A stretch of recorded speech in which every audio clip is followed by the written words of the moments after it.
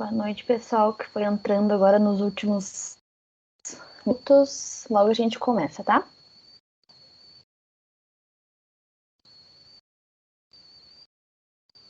Esperar a Agnes voltar com o cafezinho dela e a gente começa.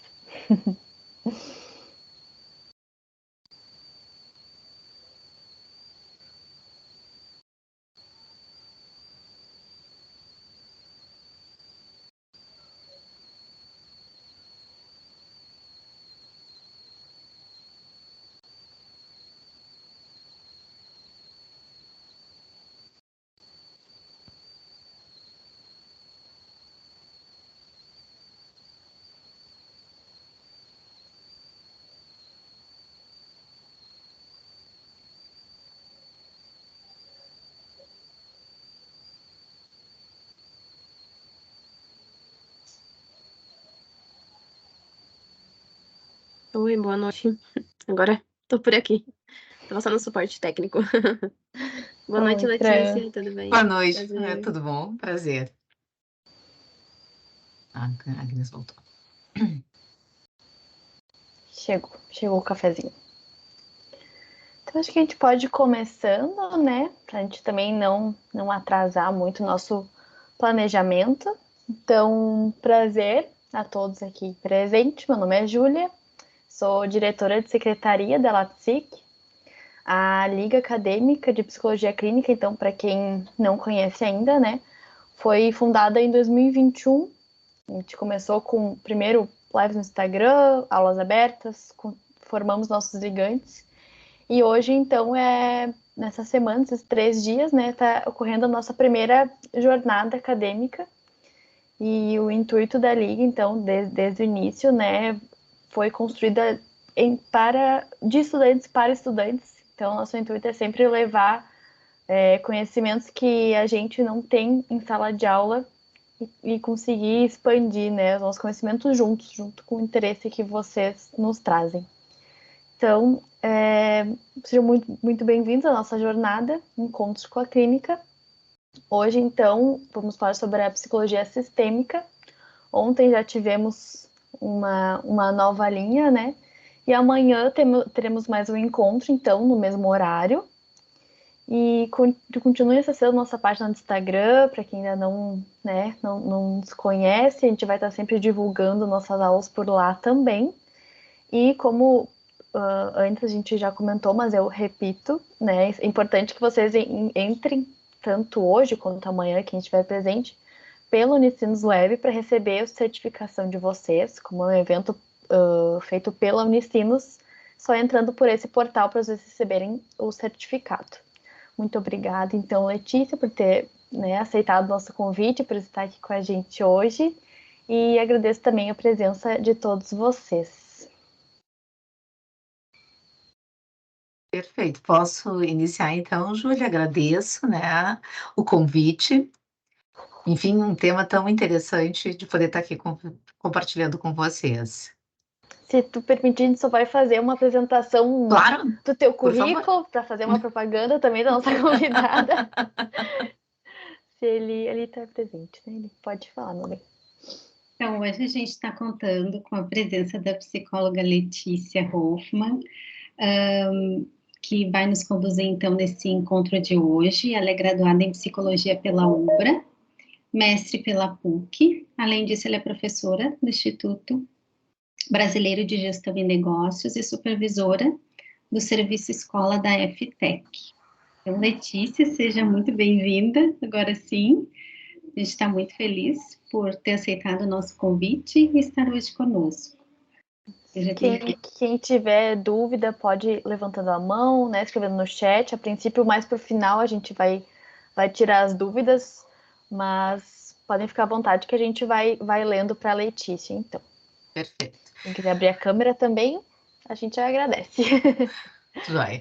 Muito obrigado, né, gurias? Obrigado por esse convite. Acho que é um prazer poder estar falando para vocês de um tema que me é tão querido.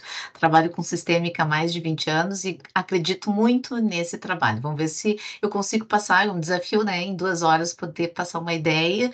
E aí selecionei uma parte, enfim, de alguns pressupostos teóricos que eu acho que são interessantes para vocês entenderem e tentar falar um pouquinho de como funciona a terapia na abordagem sistêmica, que não é somente de famílias e casais, né, mas também na abordagem individual. Então, tudo que a gente vai estar falando se aplica a qualquer um desses contextos. Então, vou compartilhar com vocês que eu trouxe algumas lâminas e como a Júlia colocou, fiquem bem à vontade de perguntarem se tiverem alguma dúvida. Eu acho que essa troca, ela é muito importante para que a gente possa, né, até porque é um tema novo para vocês, estar compartilhando e, enfim, se interessar vocês, a gente pode ir conversando. Eu vou compartilhar aqui com vocês, vocês me avisem se funcionou, gurias. Vamos ver, acho que demora um pouquinho para entrar na tela. Vamos esperar, a gente fez um teste antes, demora um pouquinho. Tá carregando, mas acho Tá que carregando, né? Entrou? deu. Deixa eu ver. Certinho. Perfeito. Tá ótimo. Bom, então, gente, vou estar falando com você sobre a teoria dos sistemas. Óbvio, né? Conseguir abordar tudo que a teoria traz, ela é extremamente ampla e tem uma, né, muitas teorias, muitas, mas eu inicio largando aqui para vocês, porque a gente entende mais a terapia sistêmica dentro de uma abordagem de família e casal. Acho que a gente pode começar pensando, né? Mesmo se a gente estiver atendendo clientes na abordagem individual, nós vamos estar falando de família. E aí eu trago essa pergunta para vocês: família. E quem vocês consideram da família de vocês? Quando a gente começa a falar, a gente costuma brincar, né, que a abordagem sistêmica, ela é como uma lente. Quando tu coloca, tu começa a ver as coisas de uma outra forma e tu não consegue pensá-las de maneira diferente. Então, quando a gente começa a pensar nessa perspectiva e eu posso estar tendo um atendimento individual, eu vou estar falando e pensando na família. E é família, é um conceito que a gente vai ter que pensar, até porque a família mudou muito nas últimas décadas e ela segue em transformação. Nós não temos um conceito único, né? Quando a gente está falando de família hoje, a gente fala em diversidade, né? Em pluralidade, ou seja, esse conceito que se tinha lá na década de 50, 60, 70 é um conceito que hoje é completamente novo. Então, isso nós também temos que estar familiarizados. E quem é da família é uma pergunta muito particular, cada um vai ter a sua própria referência do que é família e quem faz parte das suas famílias. Por exemplo, hoje, né, eu não tive ainda essa oportunidade, mas eu tive colegas que atenderam os pets que vêm junto com a família, porque os pets hoje fazem parte da família. Os pets estão na árvore genealógica, no genograma, que é uma ferramenta que a gente usa muito na sistêmica, e os pets estão lá porque sim, eles fazem parte da família. Então, são questões interessantes que nós, enquanto terapeutas, temos que estar pensando, né, constantemente. Na abordagem sistêmica é algo que nos provoca bastante. Aqui eu trago para vocês alguns conceitos básicos, e esses são, assim, autores clássicos da terapia sistêmica, né? Jay Harley, Peggy Pape. Se vocês forem estudar a abordagem sistêmica, a história da terapia familiar sistêmica, certamente vocês vão localizar todos esses nomes que eu trouxe aqui para vocês. Porque eu acho que para a gente poder entender, né, a teoria dos sistemas e como eu penso o atendimento de famílias casais nessa perspectiva, eu tenho que entender o que é um sistema. Esse é o básico que a gente precisa entender. E a gente pode aplicar, tem uma autora brasileira que eu gosto muito, que ela fala sobre isso, né? Que a teoria sistêmica não é somente para atendimento na abordagem clínica, ela pode ser aplicada em qualquer sistema, em qualquer contexto. Né, a Vasconcelos, que fala sobre isso. Então, é muito interessante nós pensarmos nisso. O que é um sistema? Aqui eu trouxe algumas definições, né? O Beta Lange, por exemplo, fala que é um complexo de elementos colocados em interação, e aqui é o que nos importa quando a gente vai atendendo a abordagem clínica, é ver a interação. Muitos autores dizem isso, que é muito interessante a gente ver a família e que a gente encontra resultados muitas vezes mais rápidos quando a gente atende toda a família, porque a gente vê o sistema em ação.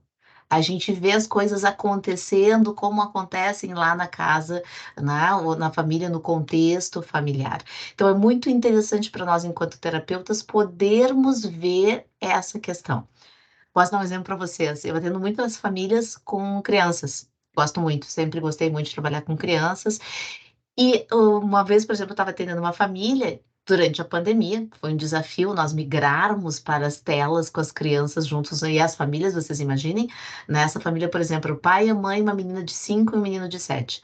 Então, o desafio, né, e na época 2020, enfim, não tínhamos como fazer presencial, tudo no online. E aí nós estávamos conversando, e era um grande desafio dos pais, por exemplo, o tempo de tela, né, quanto tempo, tá muito tempo, aquela coisa toda, veio a pandemia, e aí nós estávamos conversando sobre isso com a família, tentando combinar novas regras e tal, e as crianças são ótimas, né, e o menino de 7 anos olhou bem para o cara, e a mãe dizia, não filho, tu tá ficando muito tempo na tela, tu só quer jogar videogame, aí ele olhou bem pra cara e ela falou assim, então tá, mãe, a gente vai estabelecer uma nova regra, mas a regra vale para toda a família, né, porque tu também passa o tempo todo no Face, no Instagram, e não sei o que, não sei o que. Em suma, aí a gente vê a dinâmica familiar, quer dizer, uma mãe ele solicitando o que ela estava fazendo. Não, não, sai da tela, mas eu fico, né? Então a gente vê, e é muito interessante na terapia de família, porque a gente tem a oportunidade de entender como a dinâmica daquele sistema funciona, né? Então é muito interessante para a gente pensar em termos disso. A Peggy Papp, que é uma autora norte-americana maravilhosa, ela diz isso, né? Que o sistema é um todo organísmico composto de elementos em interação mútua. O que quer dizer isso, gente? Quando nós pensamos na teoria dos sistemas e nós pensamos no atendimento casais, famílias, e mesmo que vocês estejam numa perspectiva individual, nós sempre temos que pensar na interação. Da onde vem esse sujeito? Qual o sistema que ele está? Em que cultura foi inserida? Qual é o tipo, a dinâmica dessa família? E aí a gente vai tentar fazer essa leitura de todas essas questões, mesmo que essas pessoas não estejam ali presentes durante a sessão. Mas nós entendemos e trazemos, através de técnicas, às vezes até presencialmente, essas pessoas para poder compreender a forma como isso está se estabelecendo e como essa interação ali acontece daquela maneira, né? A gente vê isso muito presente, por exemplo, vocês já talvez tenham visto, é muito comum. Eu, ao longo da minha prática, fui revendo algumas coisas, enfim, por coisas que fui estudando, cursos que tive a oportunidade de fazer. É muito comum as famílias trazerem as crianças e adolescentes como o que a gente chama na sistêmica de paciente identificado, né? Aquele que tem problemas.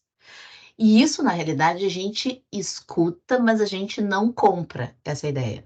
A gente entende que ele faz parte de um sistema e que muitas vezes a questão do sintoma está relacionado com o sistema muito mais, né, do que com a própria criança. Eu sempre conto um exemplo de uma situação que eu tive uma vez de atendimento, que uma criança, os pais me procuraram, né, para fazer uma avaliação e para ver porque ela estava com muitos problemas, muitas questões. Tinha 7 anos, a menina. E qual era o sintoma, gente? Olha que interessante. Ela não conseguia botar meia. E aí vocês pensem em Porto Alegre, em pleno inverno, uma criança que não usa meia. E aí já foram pediatra, dermatologista, todos os especialistas, não tinha nada físico, orgânico, né? E não acontecia. E aí aquilo foi uma coisa que movimentou toda a família. Quem saía do país comprava meia, era meia de derrapante, meia, né? Meia com cano alto, cano longo, meia calça, meia isto, meia de derrapante. O que tivesse de meia, aquela família comprou. Eram as 3 gerações, os pais, os avós, e todo mundo atrás de meia e nada, né, funcionava. Estava se atrasando para aula, perdeu festa por causa da meia e assim foi. O que esses pais chegaram e me disseram? Letícia, temos um problema e o problema está aqui. O problema não bota meia. Né? E aí começamos a trabalhar em termos da família, conversei com esse casal, enfim, não, tá tudo bem entre nós não temos problema nenhum, tá tudo maravilhoso. Iniciamos o processo de terapia. Claro, eu sempre tenho esse olhar, né, gente, sobre o sistema, sobre a família. Passaram-se 3 meses, mais ou menos, e a menina começa a melhorar, começa a colocar meia, mais 3 meses, mais ou menos 6 meses depois, o que aconteceu? O pai e a mãe estavam no processo de litígio de divórcio. Eles estavam há muito tempo em conflito, mas enquanto ela não botava meia, eles não se separavam porque eles estavam envolvidos com a meia. Quando ela começa a colocar meia, eles olham para a conjugalidade, se dão conta que essa conjugalidade já não existe mais e se divorciam. E aí vocês vão dizer que o problema era a meia? Que o problema era a menina? Não, né? E as crianças e adolescentes têm essa incrível capacidade de entender, e nós vamos falar depois de algumas características do sistema, e uma delas que a gente considera fundamental é a homeostase, que a gente chama o equilíbrio, e muitas vezes a gente vê que o sintoma vem como uma forma de equilíbrio, de manutenção daquele sistema.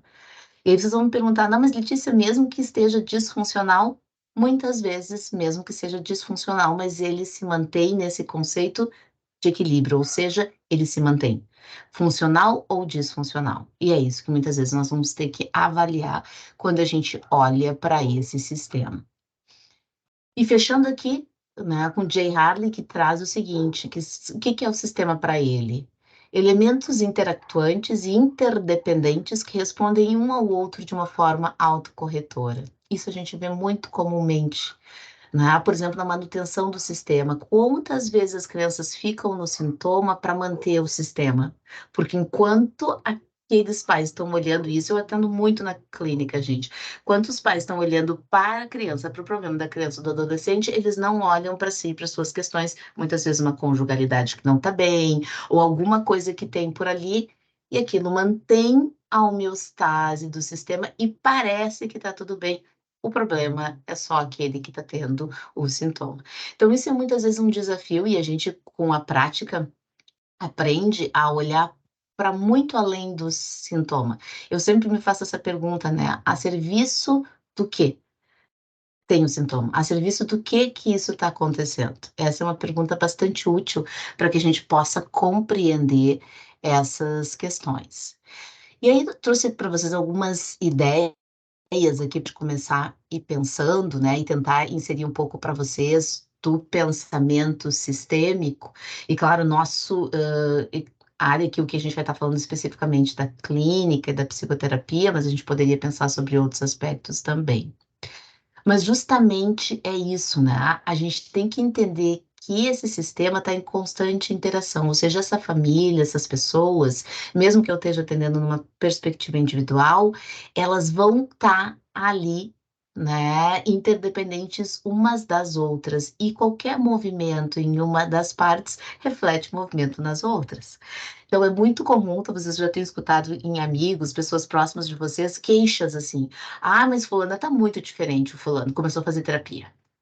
Né? E o que que isso quer dizer? E às vezes o desconforto familiar quer dizer que essa pessoa está talvez mexendo no contrato original, porque tanto os casais como as famílias têm contratos que a gente chama implícitos, ou seja, que não são ditos, mas que são pré-estabelecidos, e a mudança de um provoca uma certa mudança em todos, porque todo mundo tem que desacomodar para acomodar essa nova perspectiva que está chegando aí também. Então, mesmo as pessoas, quando não estão em terapia familiar, não quer dizer que elas não são impactadas quando alguém vai para terapia. Né? Então, isso é uma questão bastante comum, né? Eu já tive, por exemplo, atendendo, né? Quando eu não estou atendendo casal, mas, por exemplo, atendo um do casal, e aí daqui a pouco um dia chega o outro cônjuge ali na minha porta para receber, ah, queria te conhecer, então tu é a Letícia, né? Porque o fulano tá aqui em terapia contigo, vem buscar, né, o cônjuge na terapia para ver quem é essa terapeuta que tá aí mexendo e coisas diferentes acontecendo. Então, isso é uma questão muito importante que a gente possa considerar, porque sim, isso vai ter reflexo em todo o sistema. E aí, bom, em alguns momentos é importante que a gente possa também estar trabalhando, porque a mudança de um vai mexer no todo. E aqui eu trago novamente a Peggy Pape, ela tem um livro maravilhoso que é A Mudança a Dilema do Mudança, né, da terapia familiar, e ela traz essa citação nesse livro, que é muito interessante, que ela diz assim, ó, que o todo é considerado mais que a soma das suas partes. E cada parte só pode ser entendida no contexto do todo. Ou seja, eu não posso simplesmente ou somente tirar um membro da família e olhar somente para ele. Eu tenho que olhar para ele, entender as particularidades dele, mas eu tenho que entender qual é a interação dele, em que contexto, em que família, em que cultura, aonde que ele está inserido. Isso é muito importante e vai me dar um olhar diferenciado. Como ela diz, né, cada parte só pode ser entendida no contexto do todo. E isso que eu trazer para vocês, e uma mudança em qualquer uma das partes afeta as outras. Então, a gente tem que sempre considerar, e na perspectiva sistêmica, a gente considera esse elemento, porque isso vai acontecer. muito comumente. Aí a gente percebe assim, as pessoas nos procuram trazendo essas ideias, essas questões também. Então, isso é muito importante durante a terapia. E aqui eu trago para vocês algumas coisas que são importantes que a gente possa pensar. Se a gente está dizendo que cada família, e eu costumo dizer assim para as pessoas que eu atendo, até para que elas possam entender que as famílias têm particularidades, têm formas de funcionar, né? Porque a gente não vai explicar toda a teoria para as pessoas que a gente está atendendo, não, mas nós temos estilos, tipos de família, algumas famílias, e vocês provavelmente vão identificar, ou na própria de vocês, ou em outras famílias próximas, famílias mais próximas, muito que a gente chama assim aglutinadas, que tem essa tendência, famílias mais desligadas, e aí são terminologias que a gente utiliza na sistêmica que descrevem esse funcionamento, né? Então a gente vai ter variações, óbvio, famílias muito mais ligadas do que outras, em níveis diferentes, famílias mais desligadas do que outras também, em níveis diferentes. E aí o que a gente entende é isso, a família traz isso, esse funcionamento, e muitas vezes, quando alguém de uma das gerações rompe esse funcionamento que vinha vindo há tanto tempo assim, e a gente escuta das famílias, mas há tantas gerações funciona assim, mas há tantos anos é assim que a coisa funciona, geralmente isso causa uma crise. Né? Por quê? Porque não está dentro do contrato. O combinado não foi esse. Por exemplo, famílias muito aglutinadas, e tenho certeza, não vou nem pedir para vocês levantarem a mão, mas metade, talvez, ou 30% pelo menos, vai levantar a mão, que conhece ou está numa dessas, né? Famílias aglutinadas. Tem essa dificuldade, por exemplo, quando começa a chegar ali na adolescência e na idade adulta, porque a gente também entende que assim como existe o ciclo vital do desenvolvimento, existe o ciclo vital da família, do desenvolvimento da família. Então, essas etapas, por exemplo, a entrada na adolescência, a saída do jovem adulto que a gente chama, né, são períodos que, para famílias que têm essa característica mais aglutinada, no geral, são períodos mais difíceis. Por quê? Se o contrato era todo mundo junto, como eu costumo brincar, família em bloco, se vem alguém que quer mais autonomia, mais diferenciação, começa a dar problema. E aí, o que geralmente as famílias falam? Ah, mas é esse teu namorado, essa tua namorada que tá botando ideias na tua cabeça. Não é verdade? Ou alguém tá te, né, botando contra nós. Por quê? O nosso contrato não era esse. O nosso contrato era todo mundo junto, fim de semana junto, o tempo todo. Eu escuto muito isso das famílias, né? Na entrada da adolescência, então, as famílias me procuram muito, né? Mas, ai, cadê aquele filho, aquela filha que só andava comigo, que não só queria sair comigo, nanana, e agora nem quer me dar oi, é mico, não sei o que. Esse adolescente está num ciclo natural do desenvolvimento e a família também, que bom, é normal que essas coisas aconteçam. E aí nós vamos entrar em conceitos que nem que o Andolfi traz muito bem, é um terapeuta italiano contemporâneo, ele até acabou de lançar uma tradução de um livro agora, Artesã, e que ele traz isso, né? Que a grande questão é o pertencimento. Ou seja, todo mundo precisa pertencer para poder se separar, para se individuar. E para famílias com determinadas características é muito difícil, porque o pertencimento muitas vezes vem vinculado ao tu segue as nossas regras. Senão, tu não faz mais parte desta família. Eu me recordo muitos anos atrás, uma pessoa que me procurou, ele vinha de uma família muito aglutinada, era o pai, a mãe, ele e uma irmã, e ele casou. Né? Muitas vezes isso para as famílias aglutinadas provoca, porque entrou uma nova pessoa. Entradas e saídas são complexas para sistemas mais fechados.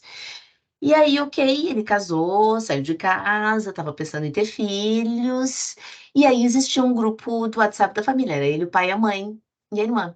Quando ele casa, a família tira ele do grupo, porque ele não fazia mais parte da família. Ele resolveu casar, faz parte daquela família, e ele não precisava saber mais o que ia acontecer naquela casa, porque não era mais a família dele.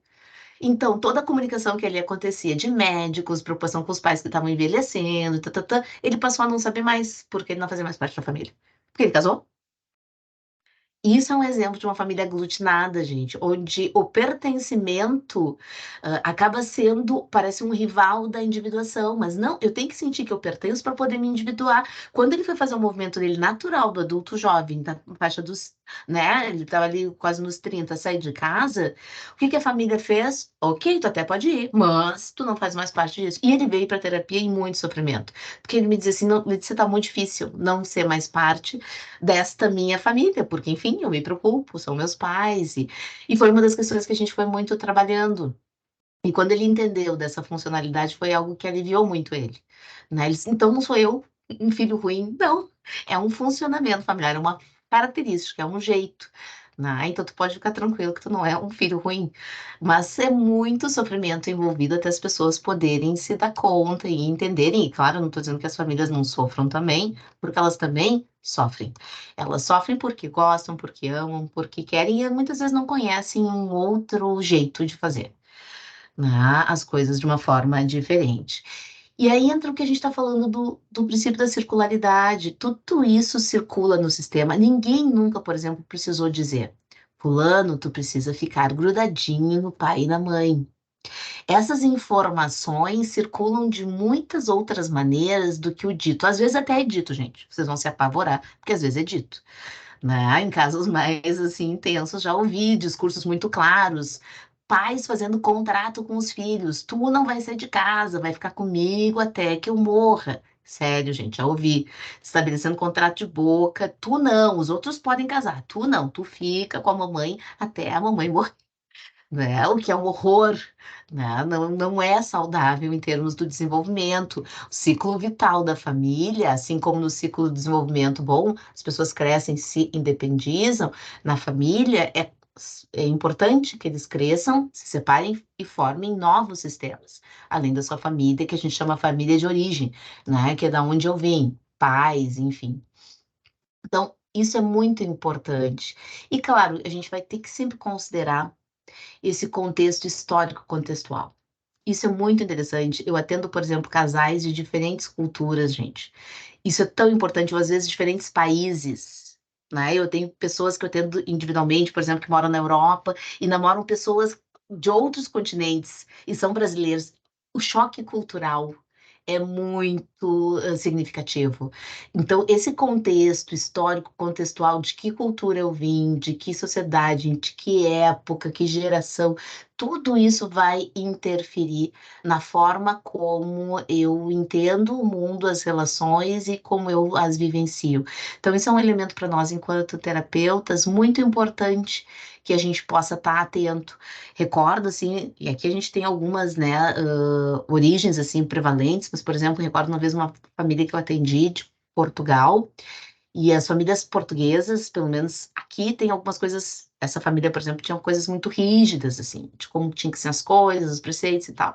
E eu me recordo que uma época, uma parte da família foi a Portugal, tinha ficado uma parte lá da família, conhecer os parentes que lá ficaram, e ela voltou, esses membros da família me diziam assim: Letícia, não acredito, os portugueses daqui são muito piores que os portugueses de lá. Os portugueses daqui são muito mais rígidos do que os portugueses lá, né? Quer dizer, muito comum quando as pessoas migram da sua cultura para um outro país, para que elas mantenham os valores nas próximas gerações, eles tendem a enrijecer, cristalizar e fazer a forma muito mais intensa do que talvez fariam nos seus países de origem. Então, isso é um elemento muito importante que nós temos que entender, justamente para compreender a complexidade do sistema, né? Então, é importante que a gente possa ter esse conceito, pesquisar essas informações sobre quem a gente está atendendo, seja um casal, seja uma família, seja né, um paciente individualmente. Quem é essa, da onde ele veio, qual é essa origem, quais valores, qual a cultura, como é que funciona, né? Isso é super importante para a gente entender justamente o que está ali vindo. E aí, trazendo para vocês que esse é um ponto básico, e aí a gente comenta assim, da ideia de um pensamento sistêmico, e depois eu vou falar para vocês algumas das características do sistema, e a ideia assim, de uma perspectiva, né? Então, um dos conceitos chaves que a gente tem aqui no pensamento sistêmico tem a ver com essas três palavras que eu botei aqui em negrito: totalidade, organização e padronização. Vocês já vão entender por quê. Porque a gente vai entender que todos os eventos que acontecem dentro do contexto familiar, eles estão relacionados, né, a algumas questões assim das relações e também permeados das características individuais. Então é um desafio, né, gente?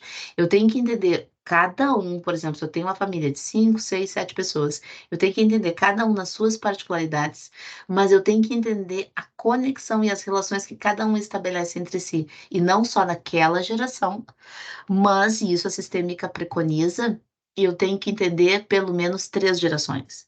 Para que eu possa entender padrões e organização e tudo isso, eu tenho que falar em no mínimo 3 gerações.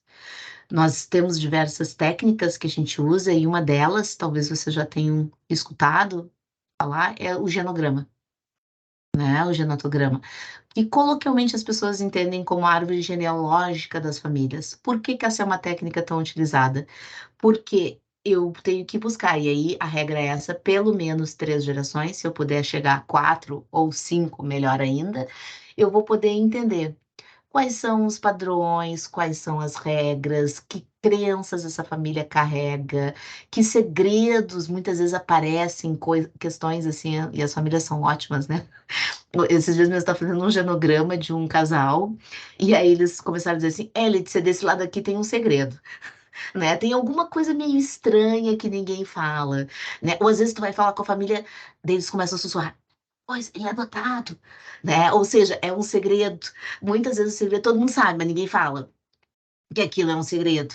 Então, isso é muito comum e muitas vezes nessa técnica, que é uma técnica amplamente utilizada, mesmo na perspectiva individual, aparecem questões ou que não foram faladas, ou aquele tio, aquela tia meio estranha, muitas vezes é algum quadro mental que na época não se tinha diagnóstico, né? Um caso assim, alcoolismo, drogas. Sempre tem questões que a gente encontra e localiza em todas as gerações e muitas vezes repetições e padrões que estão ali se apresentando, né, sempre. Então, isso é muito interessante para que a gente possa compreender o sistema, como ele funciona, né, de que maneira que padrões estão sendo reproduzidos, repetidos de geração para geração e que muitas vezes não são identificados pelas pessoas, não são conhecidos. Mas quando a gente coloca no genograma, as pessoas começam a se dar conta, a identificar isso. Então, são pontos que a gente pode ficar bastante atento e bem importante também. E aí, uma das questões que eu trouxe para vocês aqui, que eu acho que é fundamental para um terapeuta sistêmico, é entender, e isso é muito importante porque as famílias nos trazem muito difícil a família vir sozinha e espontânea para terapia. Geralmente ela vem encaminhada por um outro profissional, por um médico, um psiquiatra, alguém que está atendendo individualmente algum membro da família. Por quê? A gente entende isso, mas as famílias muitas vezes não, que nenhum evento ou parte de comportamento é causa o outro, mas sim está interligado de maneira circular. Né? Então, porque as famílias às vezes têm muito assim, causa e efeito. Não, não, mas o problema é esse, Letícia. Né? Nós viemos aqui, é o fulaninho que não dorme na cama dele. Ou o ciclaninho que não sei o que, não sei o que me responde lá na adolescência. E não entendem muitas vezes a circularidade da questão. E que não é somente um evento em separado que está acontecendo, mas sim essa interconexão e circularidade entre o sistema. Então, isso é muito importante que nós possamos compreender e mostrar para as famílias também, né? Justamente para que elas compreendam que sim, elas estão implicadas nisso também, porque elas fazem parte da família, do sistema. E não é, gente, não me entendam mal, achar culpados ou apontar o dedo, mas é justamente poder entender isso. A gente é muito incomum em casal, e vocês já devem ter visto, né? E a questão assim, ó, não, eu tô aqui na terapia, Letícia, por causa dele. Né? Ou seja, a gente costuma brincar, né, na terapia de casal, que os casais geralmente nos procuram jogando o frescobol, né? Desculpa, jogando o tênis, que um perde, outro ganha, quer dizer, eu marco o ponto em título, ou seja, e eles têm que sair jogando frescobol, ou seja, eu vou fazer o máximo para ajudar o outro. E a gente é uma equipe, e eu faço de tudo para a bolinha não cair. Né? Então, é um desafio muitas vezes para o casal é sair disso, entender que ninguém é totalmente culpado e totalmente certo ou totalmente errado, Mas muitas vezes, e principalmente casais, vêm nessa lógica, né? Ah, não, não, mas o problema é ele. Não, não, o problema é ela, né? Qual é a questão que está ali circulando? E aqui eu trago novamente a Peggy Pape, e eu acho que essa frase dela é fundamental. No pensamento sistêmico, ela traz: não há absolutos ou certezas. A realidade e a verdade são circulares. Gente, isso é muito claro quando tu atende casais ou famílias.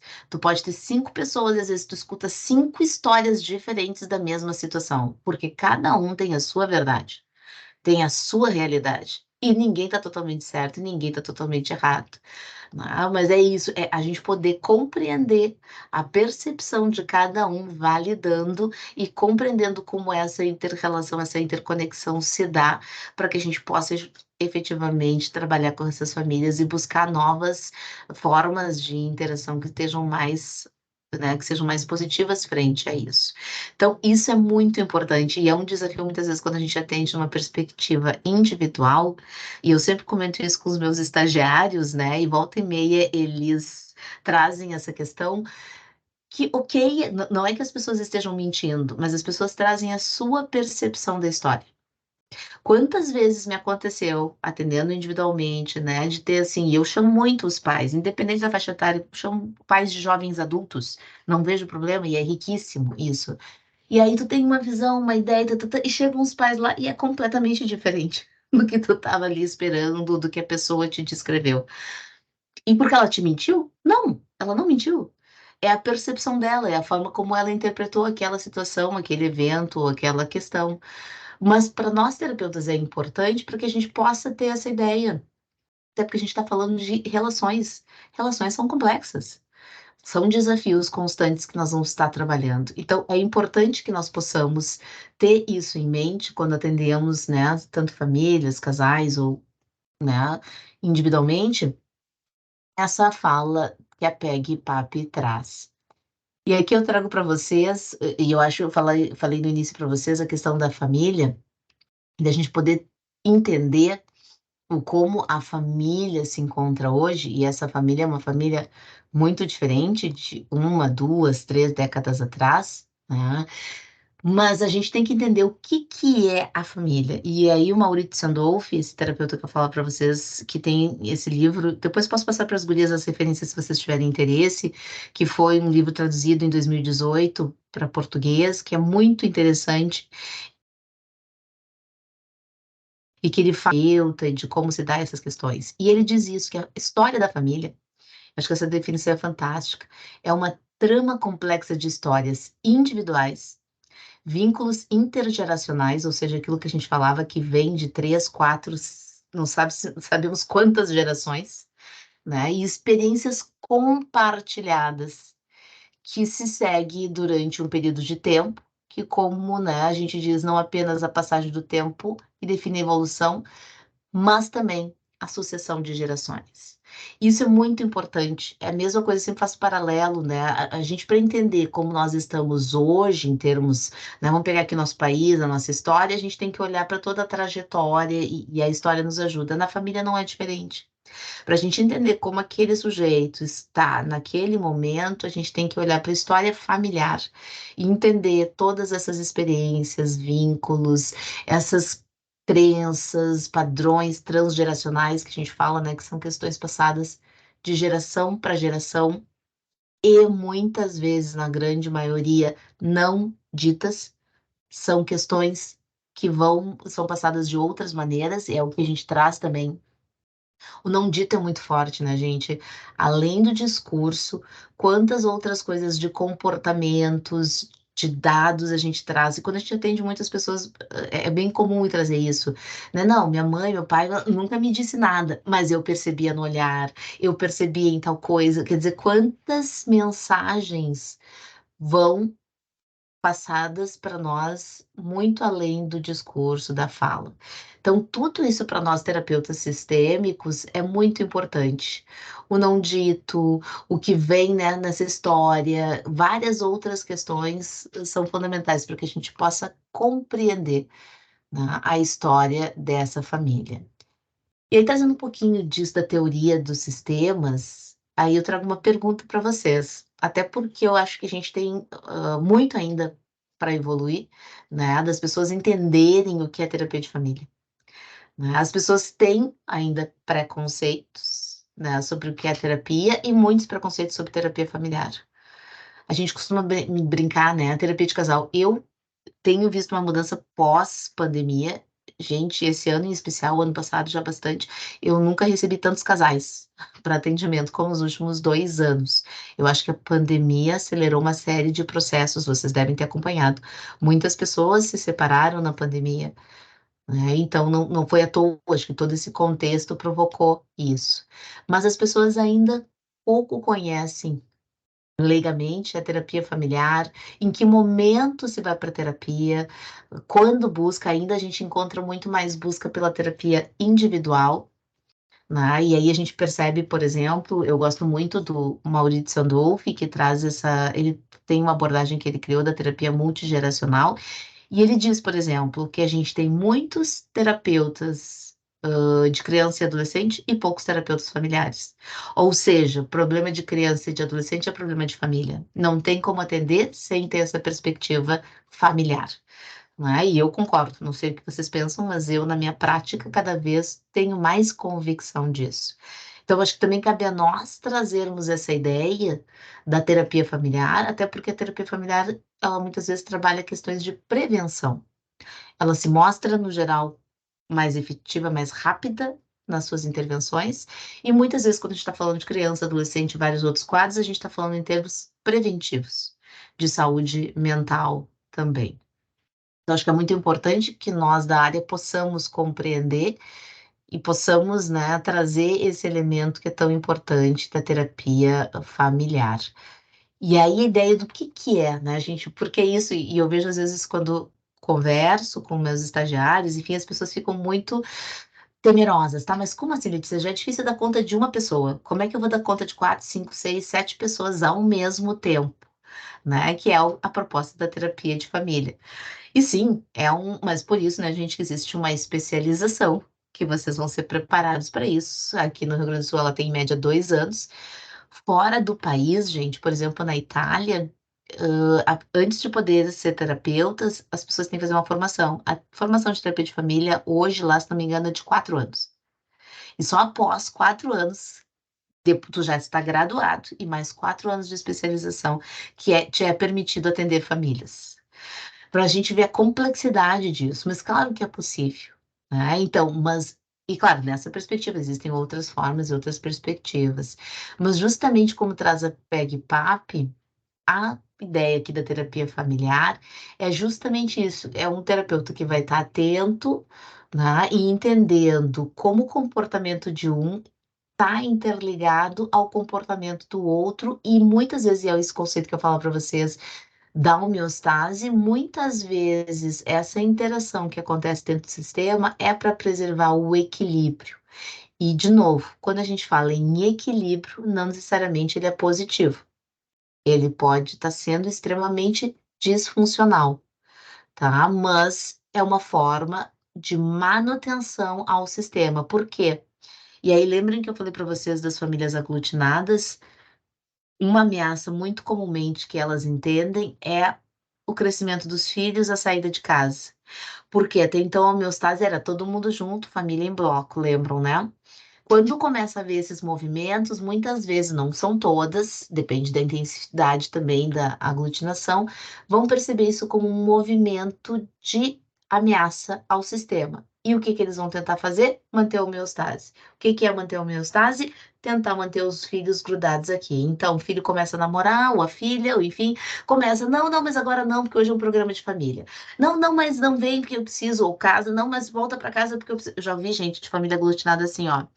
Pessoa casou, volta para casa na época que tinha horário de verão para te mudar o relógio do horário de verão, porque só tu sabe fazer isso. Oi? A pessoa saiu, casou, está morando em outra casa, mas a família chama a qualquer coisa, tipo, queimou a lâmpada, mudou o horário de verão, vem, só tu sabe fazer isso. Volta a pessoa, né, para o sistema de origem, para a família de origem, e vai lá resolver, o que geralmente causa muita queixa do novo cônjuge, porque fica, pô, o tempo todo a gente tá aqui, tu tá lá na tua família, pô, a gente recém casou, e aí a gente começa a entender esse funcionamento. E as famílias não necessariamente vão falar isso explicitamente, elas podem chamar com esse tipo de coisa. Vem aqui, tal coisa quebrou, só tu sabe fazer tal coisa. É uma maneira de tentar manter esse equilíbrio e manter a pessoa mais próxima, mesmo que ela, né, tenha casado, esteja formando, porque isso a gente comenta. Quando a pessoa, dentro do ciclo vital, que a gente chama da formação do casal, ou seja, sai de casa para morar junto, para, enfim, qualquer outra questão, ela tem que se desligar da família de origem e investir nessa nova família. Então, é necessário esse desligamento, o que para algumas famílias é muito difícil. E aí vem esses chamados que a gente diz, né, de última hora. E aí que geralmente resultam em muitas brigas, né? Porque o novo cônjuge, no geral, não acha isso muito interessante. Ou se ele achar, porque ele também vem de uma família aglutinada, ou temos problemas, porque os dois nas suas famílias de origem não vão conseguir formar uma nova família se cada um tiver grudado na sua, né? Então isso também pode acontecer.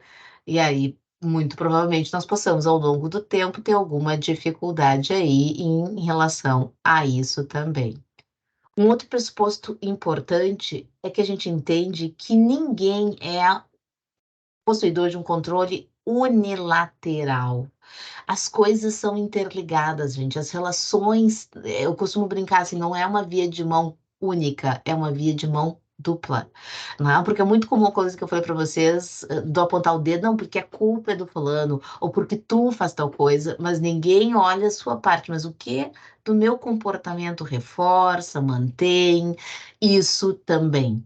Às vezes é um grande desafio quando a gente trabalha com as famílias, poder buscar essas informações e poder trazer a ideia para as famílias de que ninguém tem um controle unilateral.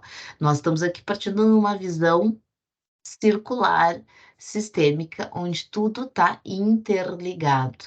E nós temos que ter, enquanto terapeutas, esta visão. Né? Às vezes é muito comum, eu vejo assim meus estagiários, talvez alguns de vocês já estejam nos estágios de clínica, atendem individualmente, daqui a pouco começa a pessoa a né, se queixar do cônjuge. E é muito comum os estagiários virem muito furiosos. Letícia, porque não sabe o que o marido dela fez, ou o que a esposa fez, porque é um horror. Eu disse, gente, pera lá. E qual a parte da tua cliente nisso que provoca e que mantém? Ah, mas como assim? Ninguém é vítima aqui nessa circunstância, né? Tirando alguns casos, mas assim, ninguém é totalmente certo e totalmente errado. O que é que os mantém nisso e por que a história, né, da escolha, né? E que a gente usualmente fala dedo podre. Gente, dedo podre não existe.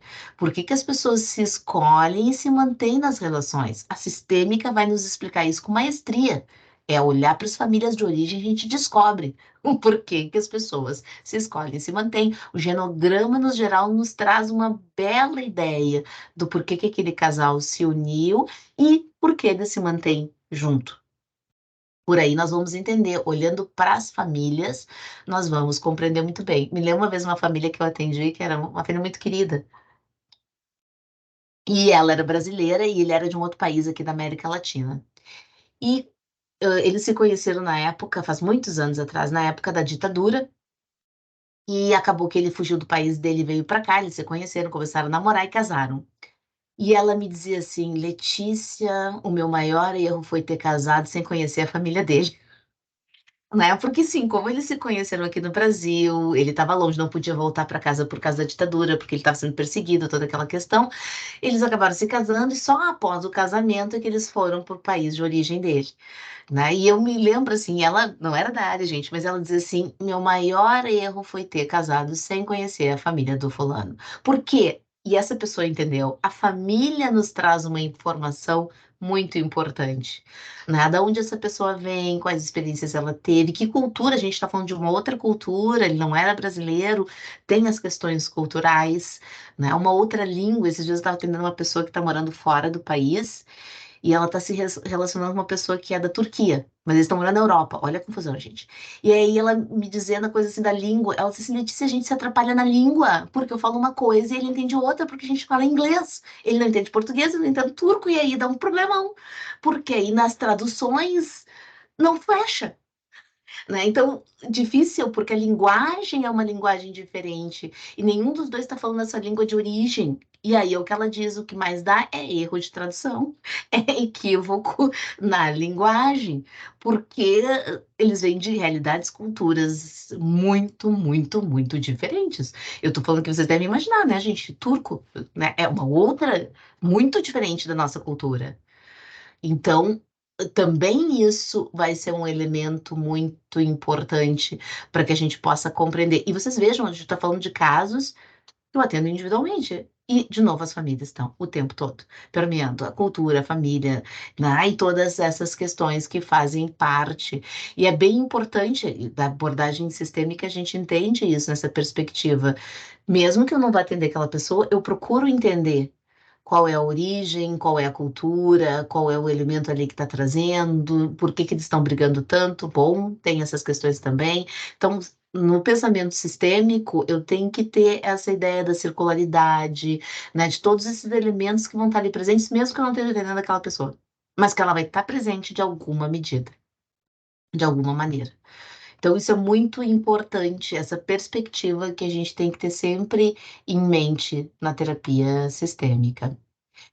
E aí, gente, eu trago para vocês algumas outras ideias que eu acho que são importantes, né? Que a gente tem que ter em mente aqui.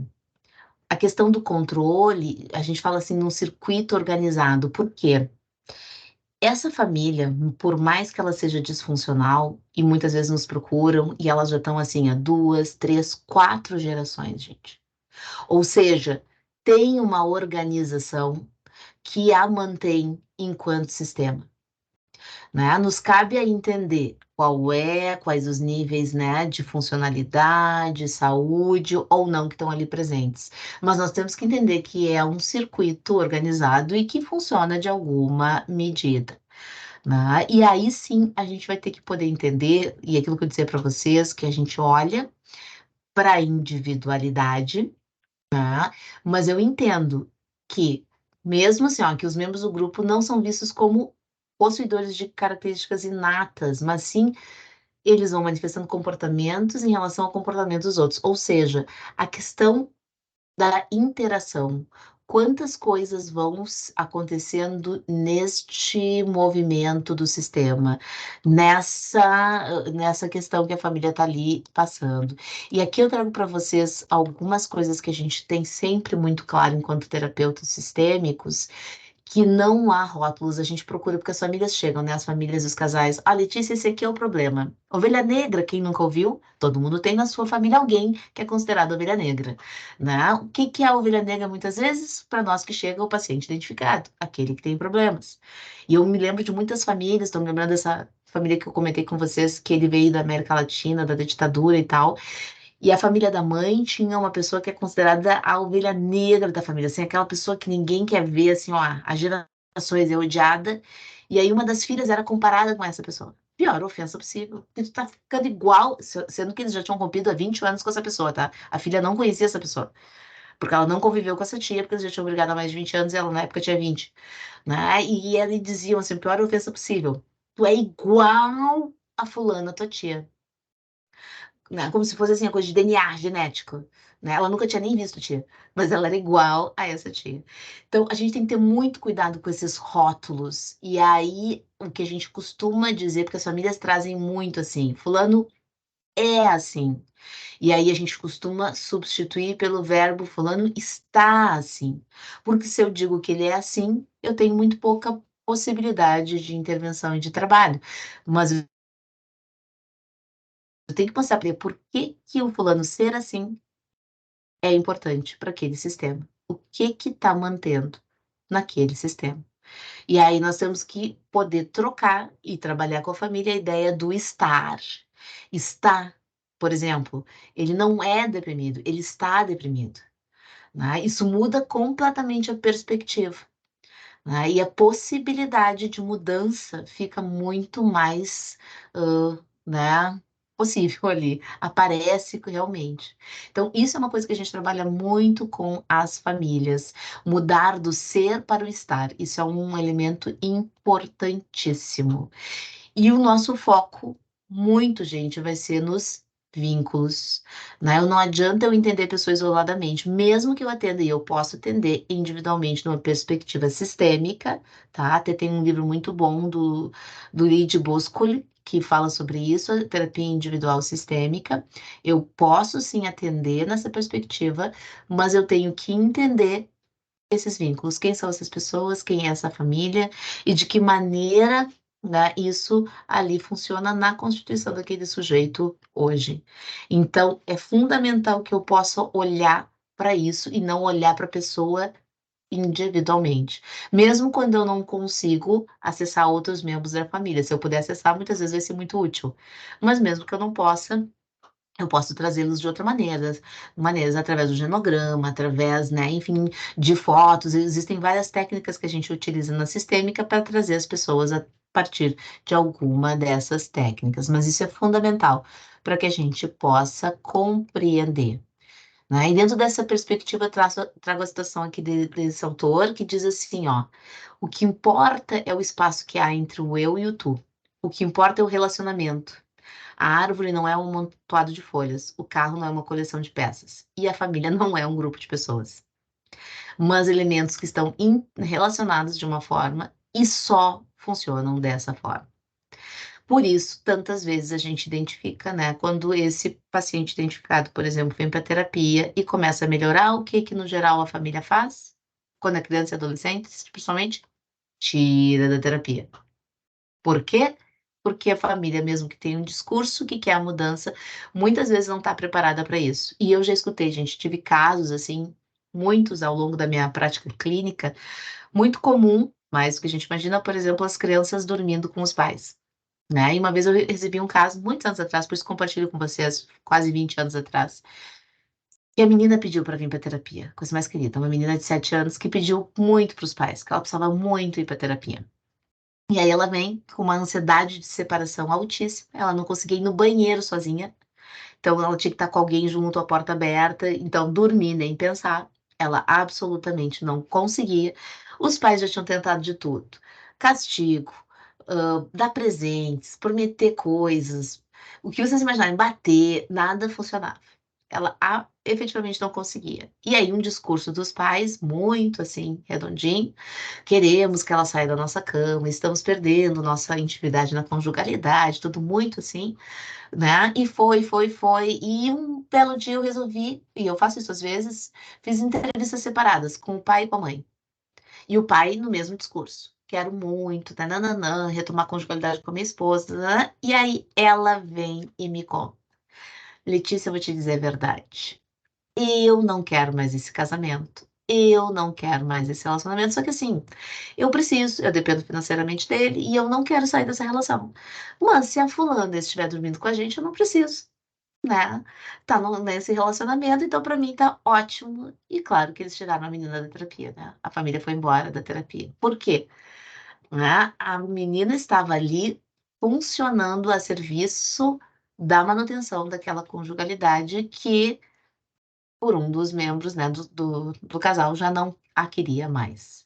Mas a menina precisava, era a cola, né, que grudava e que mantinha aquela família. Então, se ela saísse do quarto dos pais, o que ia acontecer? Uma baita crise na conjugalidade, não é? E claro, gente, ninguém precisou nunca dizer para essa menina isso.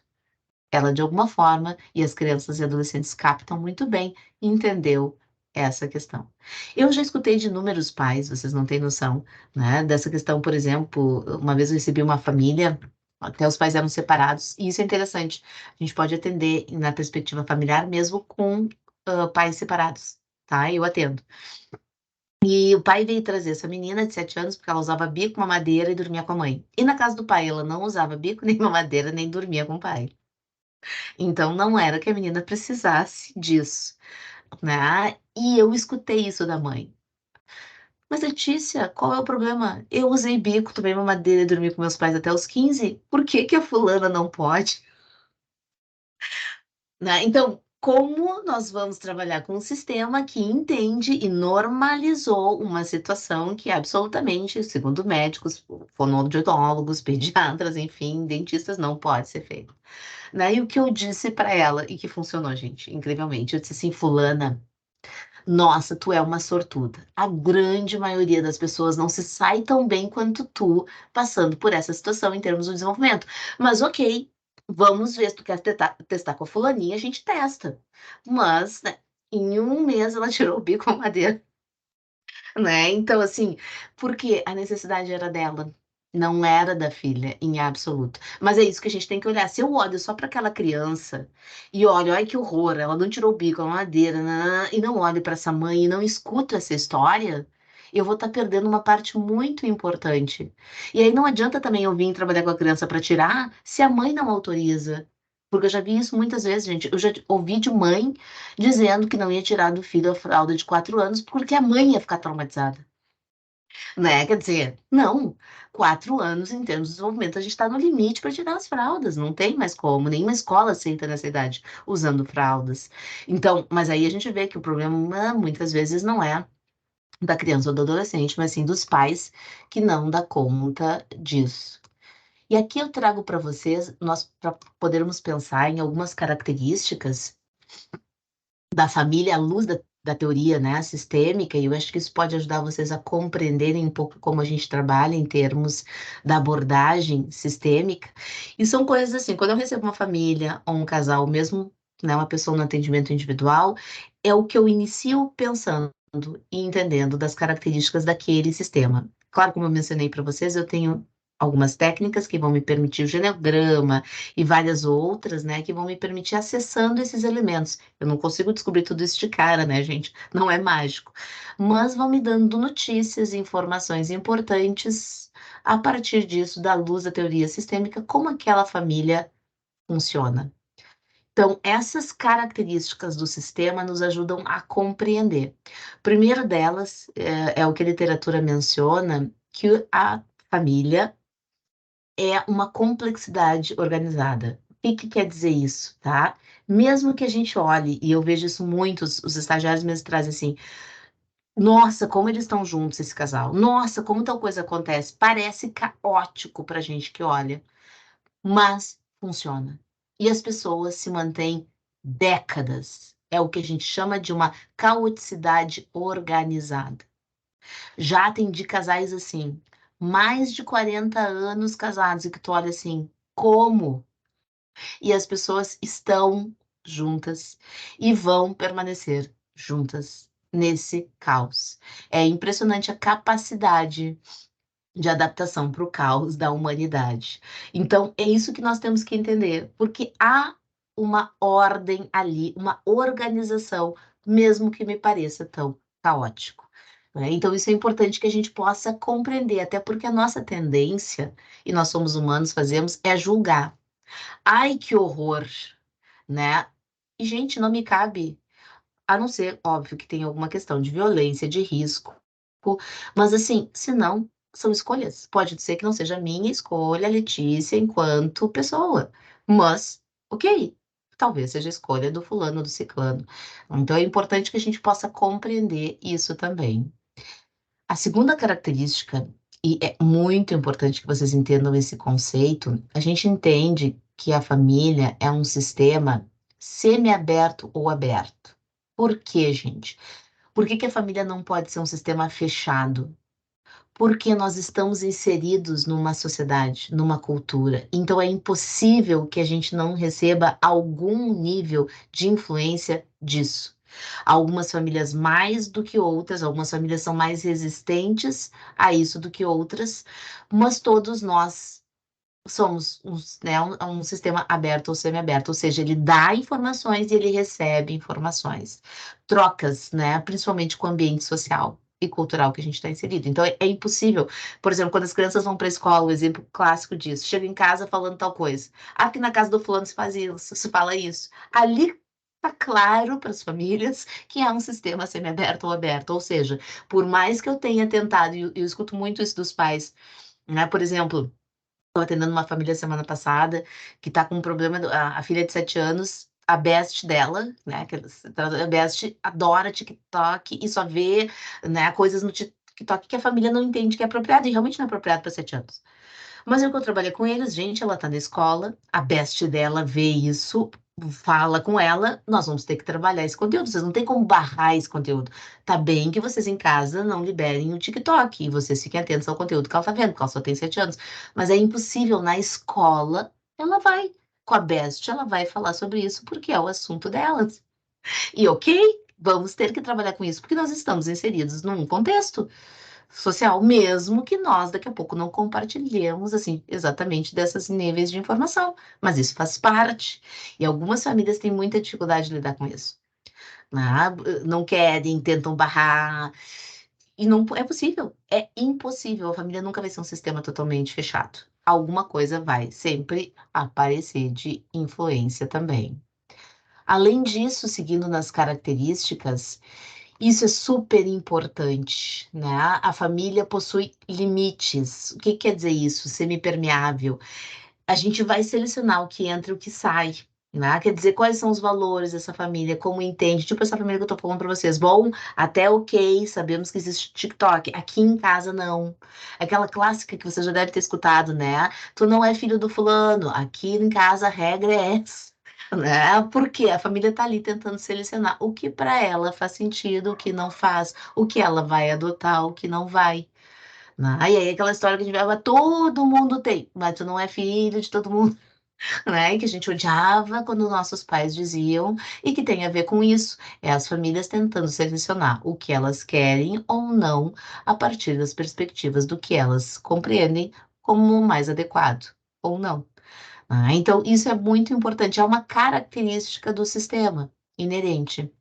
Ao mesmo tempo que eu já comentei com vocês a homeostase, né, a questão da tendência que todos nós temos enquanto sistema a nos mantermos autoequilibrados e retroalimentados, ou seja, eu preciso demandar energia para que isso aconteça, retroalimentando, por exemplo, que é o que a gente falava, né, quando essa mãe de alguma maneira retroalimentou o comportamento dessa filha de não querer se separar porque ela não queria ficar sozinha no quarto com o marido. Então, mesmo que não fosse dito, porque o discurso era outro, de alguma maneira, e a gente sabe que tem muitas outras formas além do discurso falado, e muitas vezes formas, né, Bandura fala disso, até mais efetivas do que o discurso falado, de demonstrar efetivamente o que se espera, né, em termos daquele sistema.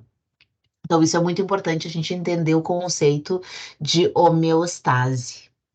Ao mesmo tempo, eu acho que essa quinta característica é fundamental, porque é uma característica que nos ajuda a acreditar nos recursos do sistema, que é a capacidade da família de se reorganizar, ou seja, está em constante desorganização, porque a gente está sempre recebendo coisas novas e a gente tem que se reorganizar. Então, acreditar nesse potencial da família é um elemento fundamental. Algumas famílias têm mais facilidade de fazer isso do que outras, mas é um elemento fundamental. A gente costuma dizer que ao longo do desenvolvimento familiar, né, que inicia lá na saída de casa dos jovens adultos e assim por diante vai indo, a família tem várias crises. Crises são o quê, gente? Mudanças, né? E que são compostas por o que a gente chama de estressores. Estressores verticais e horizontais, ou seja, tem alguns estressores que são esperados ao longo do desenvolvimento, outros não. Mas são questões que fazem com que a família seja sempre se reorganizando. Vocês já devem ter escutado, é muito comum, por exemplo, que tem filho pequeno, né? E que diz assim: ah, agora que eu tinha entendido como funciona tal coisa, o fulano evoluiu, mudou, né? E vai lá, a família, sabia como botar para dormir, agora não funciona mais. Então, é isso, assim, é um exemplo dessa questão da reorganização. Cada etapa do desenvolvimento da família, eu vou ter novos desafios, novas tarefas, e eu vou ter que me reorganizar para dar conta disso. E o que que nós temos em termos de risco? Quando a família tem muita dificuldade em seguir no desenvolvimento da família, a gente pode ter um risco. Quando a família paralisa, cristaliza numa etapa, tipo aquilo que eu falei para vocês. Por exemplo, filhos pequenos. E eu me lembro de uma família que veio me procurar, que o filho estava entrando na adolescência, e a mãe me dizia assim: Letícia, mas eu tô muito triste. Quando ele era pequeno, ele dizia que eu era mais bonita que a Gisele Bündchen. Claro que ele estava mentindo, né? É óbvio que ela não era mais bonita que a Gisele Bündchen, gente. E agora ele não quer nem ser visto comigo, né, em termos normais do desenvolvimento, mas óbvio, eu entendo que para aquela mãe era um grande sofrimento sair do patamar de top model Gisele Bündchen para ser a que não quer nem ser vista, né, na rua com ele. Mas é isso, as mudanças são inerentes, e quanto mais a família tiver capacidade de se reorganizar e se adaptar, melhores vão ser os índices de saúde dessa família e com certeza menor o sofrimento inerente às mudanças que vão vir. As mudanças vão acontecer de qualquer maneira. O que a gente vai encontrar são famílias que têm muita dificuldade em tolerar essas mudanças.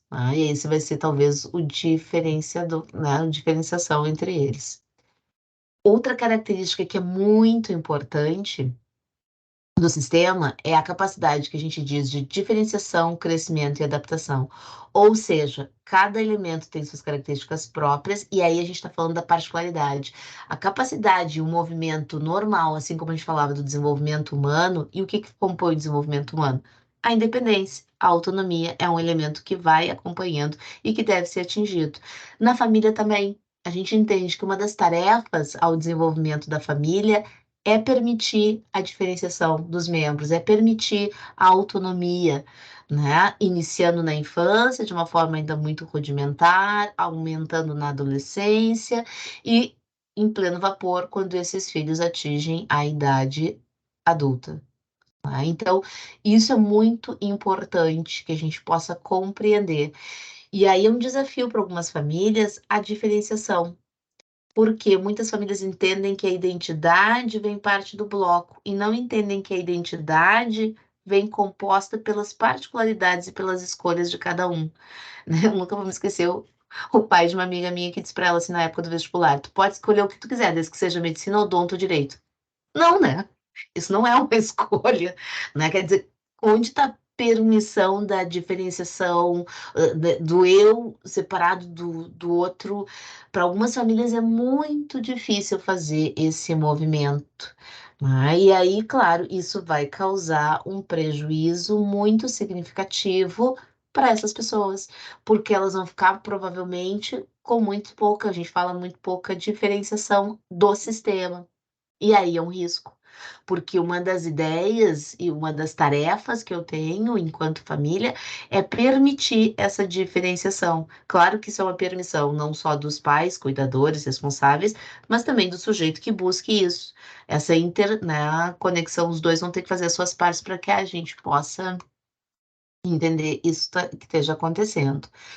Sétima, mas não menos importante, característica, nós entendemos que cada elemento tem o que a gente chama de qualidades emergentes, ou seja, cada um de nós tem algo a oferecer aos outros membros da família. E muitas vezes a gente fica com dificuldade em algumas famílias de localizar quando é a ovelha negra, por exemplo. Não tem nada de positivo. Ou às vezes tem, e gente, existem, tá? Nas famílias, eu escuto muito, o preferido ou a preferida, né? E aí é um problema. Parece que os outros acabam ficando desqualificados porque muitas vezes é investido em mais um filho, e aí a gente vai ter que entender na história da família o porquê aquele foi o escolhido, né? O porquê ele está neste lugar, da onde vem essa necessidade, mas a gente está efetivamente falando disso. E aí nós perdemos uma questão muito importante, que é poder entender que cada um tem algo a oferecer aos demais. E quando eu perco isso, essa possibilidade, esse reconhecimento, a gente pode se remeter ao que a gente falava da questão do pertencimento versus individualidade. Eu vou estar prejudicando o processo fundamental, que é esse processo que tem que ser feito de me sentir pertencendo para poder me separar. Tem um autor espanhol, ele já faleceu, mas que ele tem uma frase que eu gosto muito, o Rios, que ele dizia isso, né? Que a gente tem que criar os filhos com asas para voar e um ninho para voltar. Ou seja, eu tenho que dar garantia de que ele sempre vai ser validado nesse espaço, que ele sempre vai pertencer de alguma maneira nesse lugar, mas que eu entendo que, em termos de desenvolvimento saudável, é que ele possa construir a vida dele e se diferenciar. Eu entendo que esse é um dos principais desafios que a gente encontra nas famílias, Em algumas culturas, a gente vê bem claramente isso, a dificuldade maior de poder permitir esse que a gente chama, né, lançar os filhos ao mundo e seguir em termos do desenvolvimento. Isso é uma das tarefas fundamentais que deve compor, né, o sistema.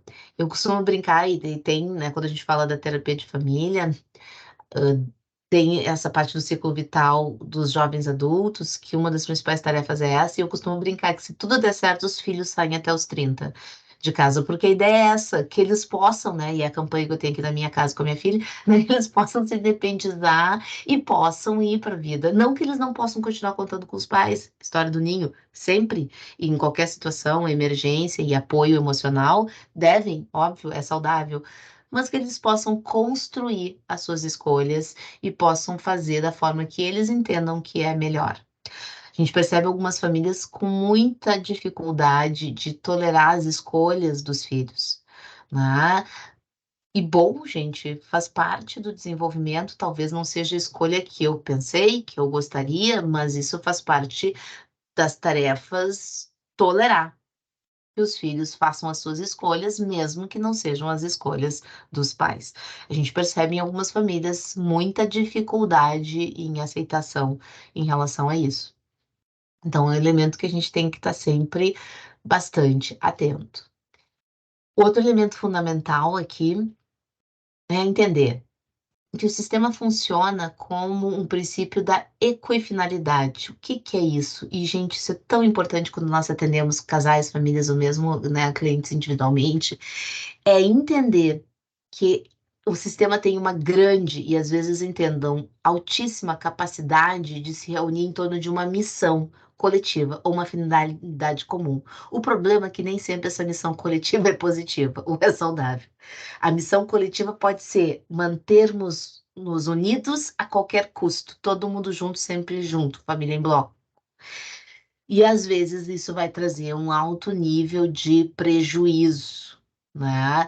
Então é muito, muito complicado. Me recordo de uma família que eu atendi que tinha uma história que rezava lenda nas gerações anteriores, e aí deu para entender toda a história dessa família, que os avós do, do pai que eu atendia, os pais dele, no caso, tinham uma história muito peculiar, não era aqui no Brasil, era em outro país, que esse avô, né, a pai dele, se casou, mas era de uma família muito matriarcal, uma mãe extremamente dominadora. E então ele casou e ele morava em outra cidade diferente da mãe. Então ele de segunda a sexta vivia com a esposa e com os filhos. Sexta-feira ele pegava o trem, ia visitar a mãe e voltava só segunda para o trabalho. Porque ele não tinha feito esse processo de individuação, separação da mãe. E aí o que acontece? Óbvio que o casamento não deu certo, né? Eles vieram a se separar e olha, isso era pitoresco, assim, contado na família, meio assim, segredo, meio contado, como foi a separação. Essa avó junta os pais, né? Os pais dele e os pais dela, e essa mãe domina a reunião e decidem os quatro como será a separação dos filhos. E essa avó orquestra e define quem fica com quem, como vai ser a pensão e como tudo circula. E isso era contado meio assim, sabe, meio segredo, meio, né, mas era contado como funcionava e como era a questão familiar ali, e de uma família muito, que a gente diria, matriarcal, onde essa mãe dominava e até na hora do divórcio essa mãe define os critérios, né, as regras do divórcio do filho e da nora, de como ia ser. E todo mundo acata. E aquilo efetivamente acontece como ela determinou. Então, entendam que isso é muito forte nas famílias, né? E esse princípio da equifinalidade nos ajuda a compreender, porque as famílias assumem missões, tarefas E às vezes é muito difícil fazer com que elas abandonem ou revejam, até porque muitas vezes vem transgeracionalmente, vem de outras gerações esse legado, essa história. E muitas vezes eu já escutei das famílias, eu nem sei por que que eu faço, mas eu faço assim, Letícia. E aí tu vai entender, tem sentido lá naquela história, né? Porque sempre foi feito assim, ou porque alguém um dia disse, ou porque eu vi assim e tô repetindo um padrão, um modelo ali. Então é muito interessante nós compreendermos isso, e todas essas, gente, são características que eu vou conhecendo a família, as pessoas, o sistema, e vou tentando entender. E aí pensem, por exemplo, no casal ou numa família. Eles vêm de sistemas completamente diferentes, né? Por mais que eles digam, não, nossas famílias são muito parecidas, não caiam nessa. As famílias não são, cada uma tem suas histórias, tem seus legados, tem suas crenças e são distintas e vão trazer a tonalidade dessas novas relações a partir disso. E o grande desafio que a gente encontra na formação desse novo sistema é isso, né? Não pode ser nem igual ao teu e nem igual ao meu. Mas aí que nós vamos ter muitas vezes a entrar terapia nessas dificuldades de negociações com as famílias de origem, tentando encontrar, né, questões ali que falem do equilíbrio. Né? Pensem assim como se fosse uma gangorra. Como é difícil ficar os dois exatamente no mesmo, né? Geralmente mais um assim ou para baixo. Então, isso os casais trazem, né? Não, mas tu quer impor o teu jeito da tua família. Não, mas tu quer fazer mais coisa. Né? Né? Me lembro uma vez um casal que eu atendia que uma das queixas que eles vieram para terapia, enfim, era ele vinha de uma família, ela de uma família muito desligada. Tá? Então era todo mundo muito independente, muito autônomo. E ele de uma família muito aglutinada. E qual era a queixa dela? Ele não faz nada sem ligar para o pai. Então, eles tinham alguma grande decisão, ele ligava para o pai dele, depois falava com ela. E qual era a queixa dele? Ela não tolera a minha família. Ela não quer se mudar para morar lá do lado deles. Né? Ou seja, esses perfis completamente diferentes de entender as coisas, entender os sistemas. No começo foi o que os atraiu, porque aí eu sempre pergunto, né, casais, é ótimo a gente começar, o que que lá atrás te chamou a atenção? O que que chamou a atenção dela? Querer um cara afetivo, família, acolhedor, cuidadoso, tá. O que que chamou a atenção dele? Ela é independente, autônoma, se vira. Que os dois odiavam 15 anos depois? As mesmas coisas que os atraíram lá atrás. Né? Então, e se eu não olho para cada um dos sistemas e eu não busco essas informações, eu perco uma parte importante para compreender. E aí não é azar, não é dedo podre, eles se escolheram por uma razão. E essa mesma razão, depois de um tempo, né, foi a razão, o motivo de que eles estavam ali na terapia pensando na separação. Então, isso é muito importante, gente, para que vocês possam compreender. E, claro, isso aqui é uma breve pincelada do que é, né, a teoria dos sistemas, de como a gente atende família. Mas se vocês pegarem essas 8 características quando a gente está trabalhando, seja com casais, famílias ou mesmo uma perspectiva individual, nos ajudam a compreender essa dinâmica e a partir disso, porque isso é o primeiro passo que eu faço na terapia de família, né, ou com casais, eu tenho que entender a dinâmica que ali se apresenta. Né? Ok, eu escuto a queixa, e é fantástico, né? Porque a queixa, muitas vezes, ela passa aqui, mas eu sempre digo, né? Não compra a queixa, porque vai muito além, né, do paciente identificado, do que a pessoa está trazendo. Mas o que que tem por trás? Qual é todo esse contexto que eu tenho que olhar e entender e poder pensar em termos da dinâmica do funcionamento para poder compreender. Por exemplo, como eu disse para esse casal, para vocês, né? Quer dizer, o que lá atrás os atraiu era o que ali os trouxe 15 anos depois para terapia, porque era porque eles estavam querendo se separar. E aí é isso, né, gente? Nenhum dos dois era muito diferente do que eles estavam se queixando, eles simplesmente não se enxergaram efetivamente como eles eram. Né? E aí, muitas vezes, as armadilhas que a gente fala da escolha do cônjuge, né? As pessoas se escolhem e depois percebem. Uma vez eu atendi um casal e que ela me dizia assim: ele me enganou. Né? O que que aconteceu? Eles estavam casados há mais de 40 anos, vieram para terapia de casal porque o casamento, enfim, estava muito, muito complicado, mas também não conseguiam se separar, né? E aí ela dizia assim, que ela vinha de uma família de origem, de pais muito, o pai era muito submisso à mãe, a mãe extremamente controladora, gerenciando e tal, e um pai bastante submisso. E ele vinha de uma família que era justamente o contrário, um pai mais submisso e uma mãe mais autoritária. E aí ela me diz assim, Letícia, eu não gostava dele, comecei a namorar, né, porque ele insistiu muito e resolvi me casar porque eu achei que tinha achado meu pai. Que ele ia ser submisso, tranquilo, bonzinho, como o pai era com a mãe e com ela, né? Porque ela era pequenininha do pai, a filha querida, mais nova, nananana, e ela diz assim: me dei mal, casei com a minha mãe. Ela casou com alguém com perfil mais agressivo, mais impositivo, controlador, e que aí tudo que ela achou que ela ia ter na relação não aconteceu. E aí, claro, foram 40 anos de inferno na Terra, né? Porque aí. E ele é a mesma coisa, porque ele dizia a mesma coisa. Né? E um dizia pro outro: tu nunca foi a mulher que eu queria, tu nunca foi o homem que eu queria. Mas eles não conseguiam se separar. Só a sistema que explica. Né? A manutenção desse sistema por mais de 40 anos, né? E aquilo que eu falei para vocês, a capacidade das pessoas de se manterem em relações.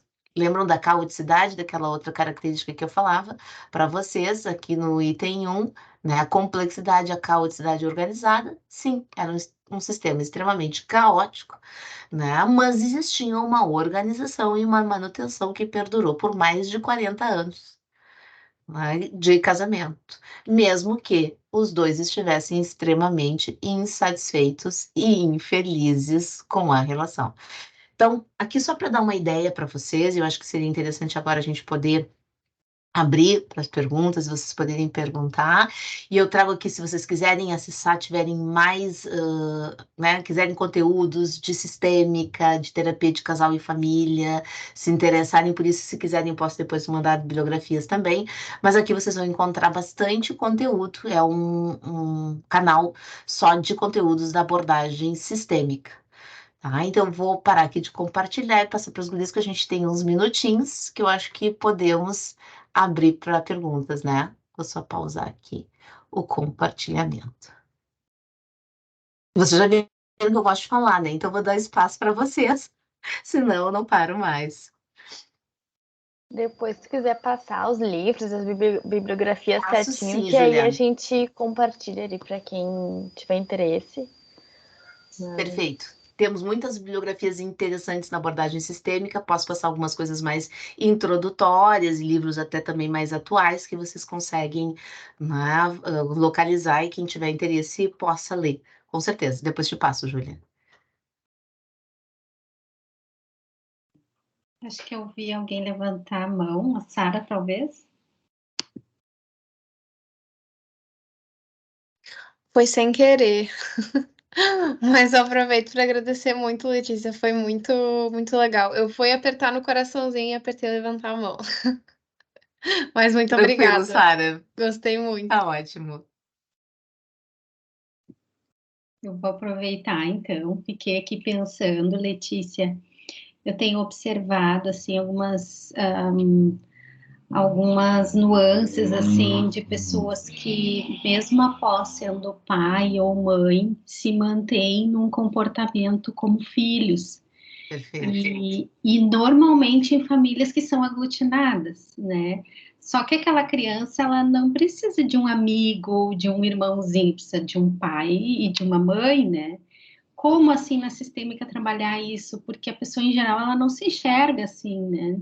Exato.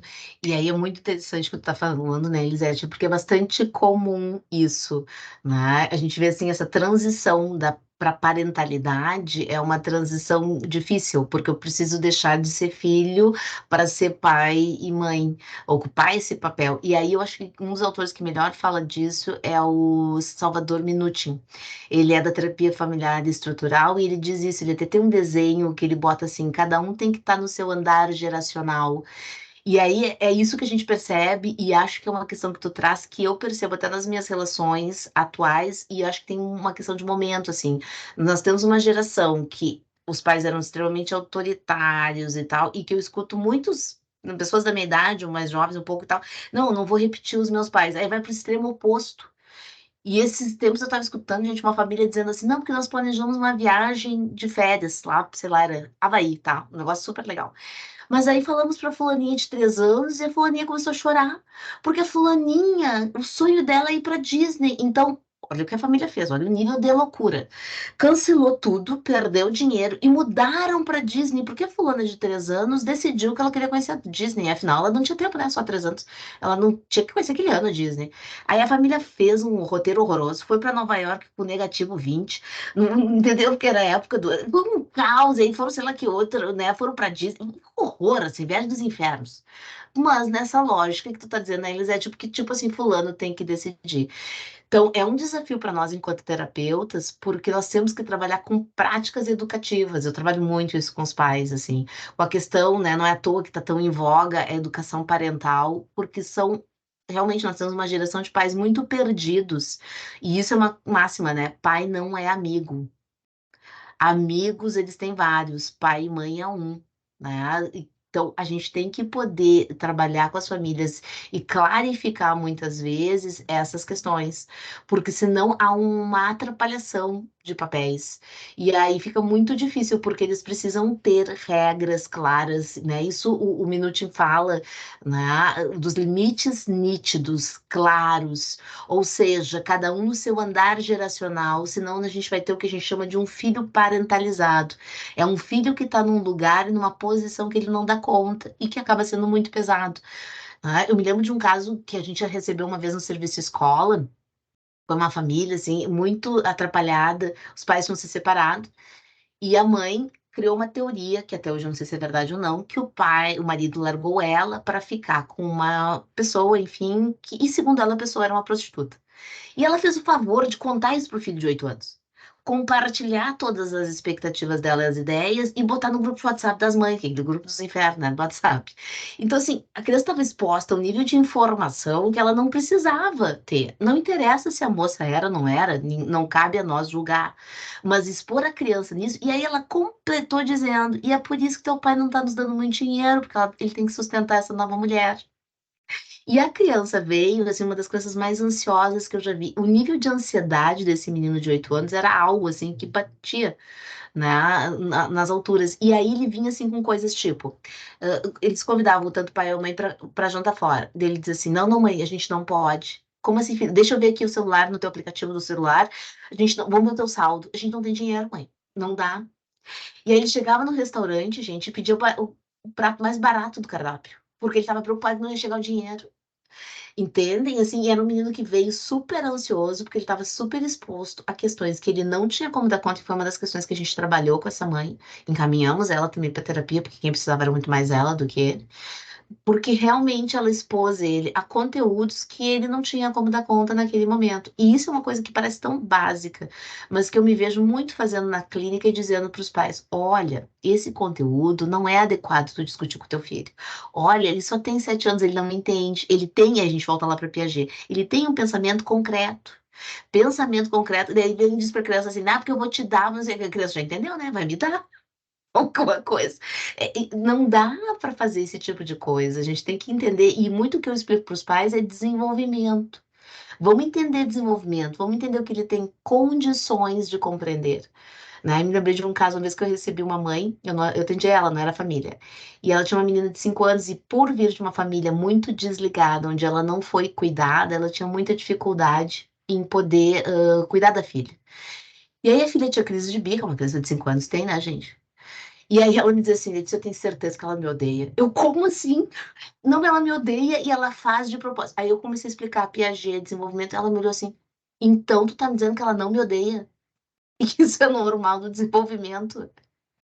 Então parece o óbvio pra nós, mas não é, gente. E às vezes a gente tem que dizer, né, o óbvio tem que ser dito. efetivamente. Eu vi que já tem mãos levantadas, podem falar, Gris, não sei.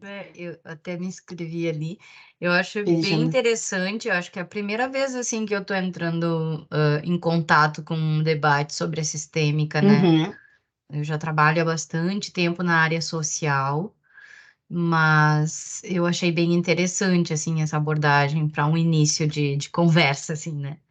Sem E dúvida. aí Pode eu queria até mais. perguntar para ti, assim, a gente Claro. sabe que hoje, por exemplo, tem uma realidade que é muito, tem aumentado bastante o número de, por exemplo, mulheres criando os filhos sozinhas, assim, várias Famílias crianças monoparentais. Uhum. sem o nome do pai na identidade, ou essa criação das mães que muitas vezes, na maioria das vezes, se sobrecarregam, né, porque tem que dar conta de tudo e mais um pouco, assim.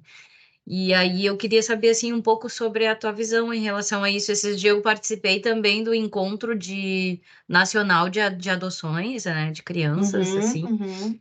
E a gente sabe que também que tem um estímulo também e muitos casais homoafetivos hoje adotando crianças e até irmãos, né, grupos de irmãos, assim, porque a gente sabe que tem uma questão de não poder adotar a criança se ela tem se ela foi abrigada com os Isso, com irmãos os e toda irmãos, uma, né? né, uma complexidade em relação a isso. Aí queria saber assim o que que tu pensa em relação a esse tema, assim, que no Brasil é bem grande o Uhum. número, né? Sim, e eu acho que entra bem na linha, né, Viridiana, que eu iniciei falando, assim, e que eu acho que isso é uma coisa que nós temos que lidar da diversidade, né, a pluralidade das famílias. A família não tem um jeito certo. Ela tem uma complexidade e nós vamos ter muitas famílias monoparentais, né, que são isso, famílias que são geridas e no Brasil basicamente por mulheres, por uma só pessoa, né? Famílias homoafetivas, nós estamos lidando com isso e não há problema nenhum. A grande questão é, e muito se fala disso, que rede se oferece para essas famílias. Qual é a rede de apoio? E aí eu não estou falando só de uma rede familiar, mas uma rede social. Que condições se dá para essas famílias? Porque a gente sabe também que essas, daí entramos em políticas públicas, tantas outras coisas, são percussores de saúde mental. E nas famílias isso não é diferente. Então, o grande ponto, e nós, enquanto terapeuta de família, temos que estar muito atualizados, porque sim, a família, que eu costumo dizer assim, a família que a gente tinha lá na década de 50, 60, vendida, pai, mãe, filho, gente, isso é o que menos nós temos hoje. Nós temos famílias recasadas, famílias monoparentais, famílias homoafetivas, e uma diversidade tão grande de questões que estão aí se apresentando, e nós temos que nos adaptar e entender isso, porque essa é a diversidade que nós temos hoje, e isso não é um problema. Isso somente é uma forma de que nós temos que dar conta e que recursos essas famílias têm, porque é aí que a gente encontra, e tu estava falando da questão social, aí sim, eu já trabalhei, né, na prefeitura aqui, a vulnerabilidade, e esse elemento social acaba sendo um risco econômico, social de vulnerabilidade, aí está o problema. E muitas vezes faltam apoio, rede, políticas para dar conta e suporte a essas famílias, aí nós vamos ter um risco. Sim, Não sei se te respondi, Feliciano. sim, tá bem? Sim, sim. Acho que a Cristiane levantou a mão também. Vocês conseguem me ouvir? Sim. Uhum. Boa noite. Não, eu só gostaria de falar um pouquinho, assim, que é uma teoria que realmente me encanta há um tempo já, assim que eu tomei contato, exatamente por isso que tu disse no início, assim, que no momento que a gente aprende um pouquinho, né, ali entra em contato com uma outra forma de olhar para as coisas, é como uma lente mesmo, que daí amplia, né, o nosso olhar, só num primeiro momento, assim, e nos traz esse entendimento, aos poucos, né, bem raso, mas assim, de que aquilo nos toca de alguma forma, faz sentido, né, para o nosso jeito de pensar, tanto o funcionamento quanto as relações, não só familiares, mas como um todo. E os vínculos, os Uhum. papéis, os lugares, né, que a gente ocupa e que o outro ocupa, e esse olhar mais complexo mesmo, assim, ampliado, de que tudo é retroalimentado nessas dinâmicas, seja ela, né, sistema, seja ele da forma que for, e que tudo tem um pouco de tudo, né, porque eu costumo dizer assim, a gente vai tentando não julgar e empatizar, assim, nesse sentido de que tudo funciona bem e funciona mal ao mesmo tempo, né? Não no sentido de bom ou ruim, mas de que faz bem ou faz mal, e de que isso vai se modificando ao longo do tempo, a cada crise, a cada mudança. Vão ter as resistências, vão ter as aderências, mas que sim, o que eu ia trazer nesse diálogo é isso, assim, ó, de como isso pode, né? Eu fico feliz que a gente está conversando sobre isso, que foi uma das sugestões que eu faço, em todos os contextos a gente poder trabalhar e aprender um pouquinho mais da sistêmica, porque ela não é, né, do currículo principal, mas de pensar assim, eu gosto da psicanálise e entendo o sujeito assim, mas eu também gosto da sistêmica e quero dialogar com ela na hora de atender da minha prática. E também gosto do social, de entender que a gente está inserido num contexto sempre maior também. Então, é de conversar com alguém especificamente da área que possa me dizer assim, é possível sim, dentro desse teu entendimento, esse diálogo, né? Esse fazer e esse entendimento, assim, conversando e conectado dentro dessa prática. E também, né, enquanto estudante e enquanto pessoa, isso fez toda a diferença para minha compreensão, porque sai desse lugar de que um é vítima, o outro é o agressor, um é não, de que todos somos, né, responsáveis e corresponsáveis, de que todos alimentamos ou não, de que quando a gente muda, tudo muda e vice-versa. Então, acho que mas isso não faz com que haja uma solução, né? Então, é assim, agora descobrimos, e aí agora tá tudo refeito, como tu falou, daí tem mais resistência ainda, porque são mais pessoas colocadas ali como responsáveis, e que vão sair daí daqui a pouco daquela terapia, porque, bom, a gente entende que é o melhor, mas a gente ainda não dá conta. É o que tu fala ali no início, né? O quanto a gente consegue ali, e tu usa essa palavra que eu achei bem interessante, tá preparado, né? Talvez não nesse momento, mas lá na frente, talvez eu não vou mudar essa repetição, mas o meu filho vai e vice-versa. Então, eu acho que é bem legal, assim, e de que os papéis, eles transitam, por exemplo, hoje eu sou a ovelha negra, amanhã eu posso ser o bode expiatório, e vice-versa, em cada grupo, em cada relação. Aqui nessa relação eu sou a mãe, lá eu vou ser a filha, porque lá eu vou ser acolhida.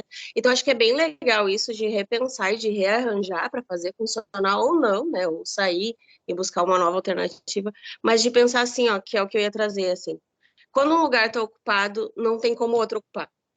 Sabe, quando eu entendi isso, assim, tipo, se eu for casada com meu pai, eu não tenho como, né, por mais que a gente tente, e no discurso a gente queira fazer diferente, eu não sou ainda a mãe do meu filho, o meu filho tem que entender que ali naquele lugar eu não sou a irmã, a amiga, eu sou a mãe, e quando ele diz assim, tu não tá sendo mais boazinha, que bom, então eu tô sendo uma mãe boa, né, então isso é bem legal, só que assim, o que eu trago hoje de entendimento que eu tô tentando elaborar, é que mesmo que a gente entenda e na terapia venha o entendimento, a elaboração, a compreensão, isso não vai resolver tudo, porque é tão complexo e tão maior que a gente, no máximo, vai tentar sempre se relacionar melhor, sempre ser uma pessoa melhor, mas sempre vão ter demandas, porque tudo vai estar sempre sendo afetado e modificando ao longo do tempo.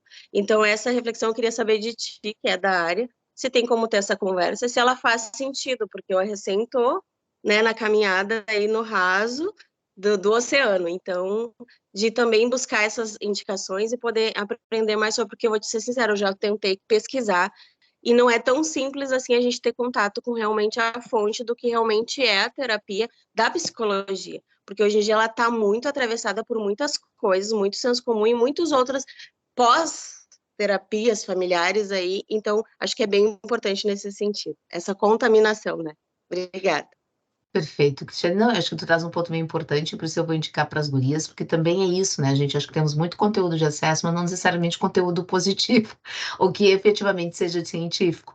E essa interlocução que tu fala, né, Cristiane, eu acho fundamental, e eu, por exemplo, faço essa interlocução, eu tenho né, a formação na abordagem também cognitivista, e a gente costuma dizer que a sistêmica e a cognitiva são primas irmãs, que elas trabalham muito bem juntas.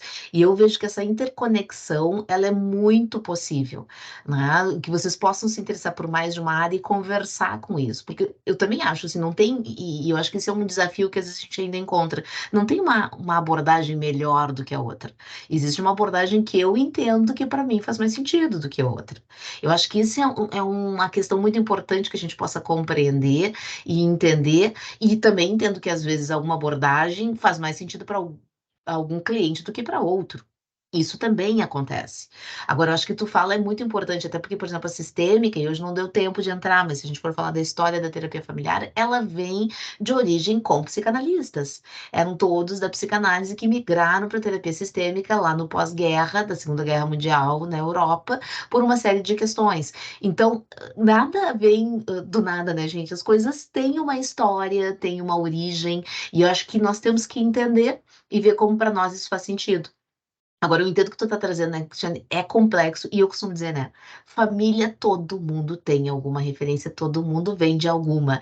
Então, é um tema muito instigante e que, ao mesmo tempo, nos pega, porque tem esse elemento que é comum e presente, conhecido para todos nós. Mas por isso também que ele é tão interessante, né? E um tempo atrás se falava, né? Ah, não vai ter, a família vai acabar, as pessoas não vão mais ficar juntas, se casar. Gente, isso nunca vai acontecer. A gente vai ter novas configurações, novas formas de entender, mas que a gente sabe que a família vai sempre continuar da maneira que for, ela vai. Então, eu entendo que é uma área muito promissora, né? Quem se interessar e quiser, tem um nicho de mercado aí fantástico. E aí indico para vocês bibliografia, eu vou passar para as gurias para que vocês leiam coisas boas e que vocês possam se familiarizar com esse modelo a partir também desse referencial, que é um referencial reconhecido, científico e que, enfim, possa dar essa base segura para vocês também iniciarem. E que provoque mais, né, Cristiane, que vocês tenham cada vez mais vontade de estudar e de conhecer a sistêmica. Certo, obrigada. Obrigada pela Imagina. oportunidade também. A Ana colocou ali no chat onde que tu fez, Letícia, a tua especialização em sistêmica e livros, e Perfeito. enfim, a gente vai passar depois, né? Mas Isso.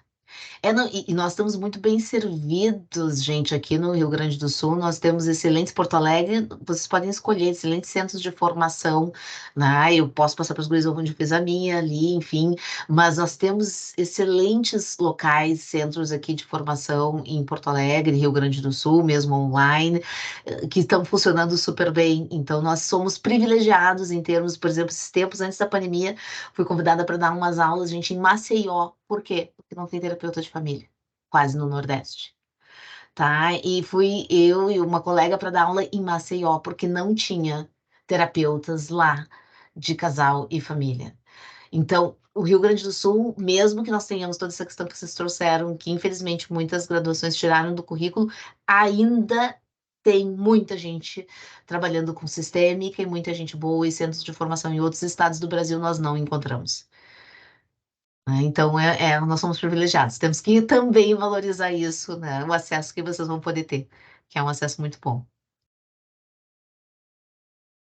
E passo depois todas as bibliografias, enfim, artigos para vocês também.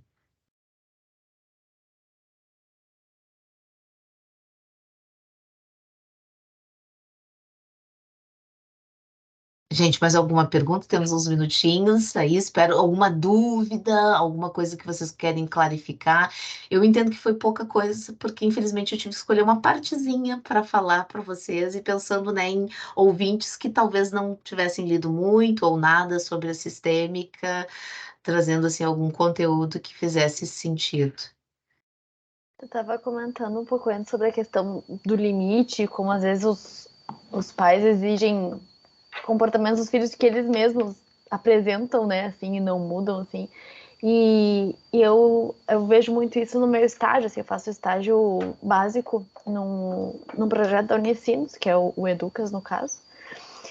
E lá a gente tem um grupo de atendimento para criança e adolescente e tem um grupo de família, né? E esse semestre, a estagiária que está no grupo de família, ela sempre traz muito, assim, que a grande discussão é como colocar limites nos nossos filhos. O tema principal do semestre foi limites, assim, e muito vinculado à tecnologia, assim, de estão tomando conta, né? É isso que os filhos se tornaram os pais e eles que decidem como é que vai ser o funcionamento dentro de casa. Então, né, de estourar cartão dos pais ali nos jogos e se esconder no banheiro para jogar, e aí ninguém mais consegue contornar as coisas. E até teve uma menina do meu grupo, assim, que ela tinha um pouco dessa questão, assim, principalmente com a avó, que ela dobrava mais, né, tadinha da avó. E E aí eu perguntei, mas aí, né, como é que é em casa, assim, como é que é a rotina, tal, eu estava fazendo exercício sobre funcionamento dentro de casa, e ela disse assim, de noite eu vou pro meu quarto, no meu celular, a mãe vai no quarto dela, no celular dela, e aí é isso. E eu pensei, sim, né, o que vai exigir de mudança de uma adolescente de 12, 13 anos, que a rotina agora é essa, né, o mundo deles é a tecnologia, então, né, tem que ter ali um contorno, mas que os pais, enfim, são os exemplos, né? Em qualquer Exato. situação. Então... E tem uma questão, né, gente, assim, que eu acho que a nossa área está muito vinculada também ao que acontece. E realmente eu tenho falado muito sobre isso, porque pós-pandemia a gente teve uma série de questões. A questão da pandemia trouxe um elemento, e esse das redes sociais e o uso de telas foi algo que se acentuou muito. Até tu está comentando, né, Julia? Eu me lembrei que semana que vem eu vou na escola da minha filha falar para os professores numa capacitação do uso de redes, né, da perspectiva da psicologia, como lidar com isso, com as famílias e tal, porque é um dificultador que nós estamos encontrando, até porque a gente sabe, enquanto pessoas, quanto as redes sociais são interessantes. Esses dias saiu um estudo, né, que a gente perde a noção do tempo nas redes sociais, que estima-se que a gente acha que está X tempo e a gente está 3 vezes mais do que a gente estima nas redes sociais, então não é incomum a pessoa achar que está 10 e ela está 30, 40 minutos. Como também, enquanto pai, se eu me coloco nessa categoria, que é difícil porque tu competir com as coisas de telas é muito complexo, porque as telas são muito interessantes e trazem essa questão muito forte. Mas aí entra essa questão que tu tá falando, né, Júlia, que é a coisa do limite dos pais. E óbvio, eu não tô dizendo, e os pais vêm me perguntar, que a gente vai tirar totalmente as crianças das telas, porque eles vão ser um extra, né, terrestre fora do contexto. Não é possível. O que nós temos que discutir com as famílias e que nós temos que entender quais são os limites. Eu peguei famílias na pandemia que as crianças de 8 anos ficavam 12 horas jogando videogame. Gente, 12 horas, não, né? Mal paravam para comer. Então, aí nós temos que tentar discutir. Tudo bem que eu sei que não vai ser meia hora, 30 minutos, mas assim, 12 também não. O que é possível? Mas aí entra o que tu falaste, né, Júlia? E que é o que a gente encontra de desafio. Dá trabalho. Porque aí os pais vão ter que sair das suas telas e vão ter que fazer alguma coisa com os filhos, né? Então, que é o desafio que eu tenho aqui da minha casa com a minha adolescente de 12. Sair de casa, eu tiro, vamos pra praça, vamos nadar, vamos fazer alguma coisa, vamos comigo na farmácia, vamos no super. Tira de casa, convida os amigos, promove alguma coisa, mas dá mais trabalho, né? É mais fácil deixar na tela.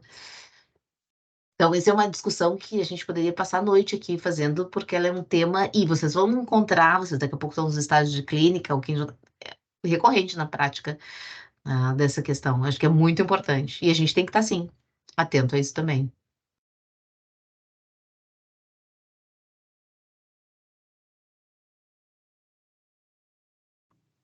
Agora, a Júlia comentou do estágio com crianças, enfim, contexto escolar.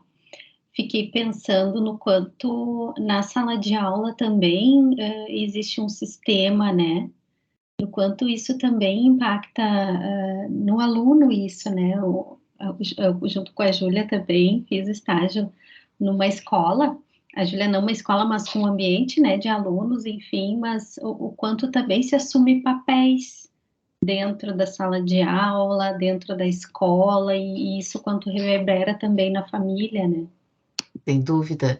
E aí a gente tem que entender, né, pessoal? E claro, sem dúvida, com crianças e adolescentes, e eu, quando atendo famílias, eu sempre vou nas escolas, assim, famílias com criança e adolescente, porque a escola é o segundo ambiente, né? Claro que a gente entende que a família é o primeiro e o mais importante ambiente socializador, mas a escola está ali no segundo do ranking, onde é o espaço que as crianças mais, né, não só aprendem, socializam, lidam com figuras de autoridade, e a gente vê muito desse reflexo das famílias nas escolas e vice-versa, né? As famílias também, às vezes, com muita dificuldade de assumir os seus papéis, esperando que as escolas façam coisas que não cabem as escolas fazerem e cabem sim às famílias. Então, aí a gente encontra esses dilemas, essas questões muito presentes que vocês estão trazendo.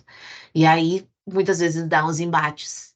né? Que daí vem, persegue meu filho. Não sei, às vezes pode até ser sim, mas será que não? Por quê? Porque às vezes é isso, né? É de não entender os lugares, e é bem isso que a gente está falando. As crianças muito cedo já têm o celular, é muito difícil também controlar esse uso em sala de aula, não pode, não pode. Mas quando a gente vê as coisas estão e fogem ao controle, né? O acesso também. E aí, claro, muito vem das famílias também, de poder orientar, de poder estar presente, de acertar com uma parceria com as escolas, entendendo que é um trabalho conjunto e não terceirizando, né? Porque nós vivemos na era da terceirização, né? Pelo menos eu penso assim, vejo isso. Eu só queria aproveitar essa deixa e perguntar para ti se tu concorda com a realidade que eu tô vendo muitas postagens. Eu trabalho, aliás, trabalho no sentido de te tentar desenvolver mesmo essa área enquanto familiar de autista, enquanto também, né, dialogando com as outras, assim, competências e áreas, assim, em outros contextos, que tanto o autista, né, que tem um livro que eu fico vendo muito na minha mente essa semana, que é o Reizinho Autista, né, quando eu vejo que o meu filho está indo para esse lugar, né, mas também a criança, eu fiquei pensando, assim, se é realidade mesmo no consultório, na clínica, de que a criança nessa era, ela está ocupando esse centro, esse lugar central. Muito comum. Na minha prática, eu tenho recebido assim, ó, e vou dizer para vocês, eu que trabalho há mais de 20 anos na clínica, quando eu me formei, vinham crianças de 10, 8, 9, agora vem crianças de 13 e os pais dizendo assim, não sei o que fazer com ele, com 3 anos. Porque ele manda lá em casa, ele decide com 3 anos. Mas quem deu esse poder de decisão para ele? Quem deu esse lugar de escolha para ele? E aí, claro que as crianças se atrapalham porque 3 anos elas não têm como decidir, né? Porque elas não dão conta e não estão no seu lugar. Mas isso é um fenômeno que eu tenho percebido muito nos últimos anos, dessas crianças tendo um poder e um lugar que elas não têm como dar conta, e que uma vez que é dado para elas, é muito difícil depois Sim, tirá-las porque ela não disso. tem maturidade emocional, né? Mas a gente vê a Exatamente. gente indo nessa onda desse movimento no sentido assim, ó, do extremo oposto que a gente falou. Eu tive muito, né? Eu vivi num sistema muito autoritário, agora eu vou para pro permissivo no sentido de proteção, no sentido de acolher, É, e no sentido de priorizar o emocional e às vezes consultar mesmo, né? O que tu quer fazer? Não, peraí, essa criança não tem que ter, nem deveria ter feito essa pergunta às vezes, mas a gente se pega, né? Indo na exato. onda, então é esse cuidado, esse equilíbrio para tudo, né? Daí que nós podemos cair muito facilmente na permissividade. Né? E isso é uma questão, se a gente for pensar lá em práticas, e eu estudei isso no meu mestrado, práticas educativas, é muito delicado e muito tênue, às vezes, o limite entre, né, a firmeza, a permissividade e a rigidez. A gente não quer entrar em nenhum extremo e às vezes é o mais difícil o meio termo. Mas a gente tem que ir, para as crianças organiza, quer dizer, por que que a criança precisa de rotina? Por que que a criança precisa saber as coisas? Porque organiza. Então, saber que os pais determinam que determinadas coisas já está escolhida por elas e elas não vão precisar, é organizador e é importante, porque dá uma segurança necessária para a criança. Claro, quando ela vai crescendo, eu posso permitir, por exemplo, né? Tu quer ir com a blusa roxa ou amarela, mas não vai decidir se tu quer ir de manga curta com 10 graus ou negativo. Tu não vai ir de manga curta, né? Então, são coisas, e eu tô contando para vocês, gente, porque é o que aparece para mim no consultório de briga. Então, com as crianças de 3, 4 anos. Então, são questões bem delicadas mesmo, e que a gente encontra bastante na prática clínica atualmente.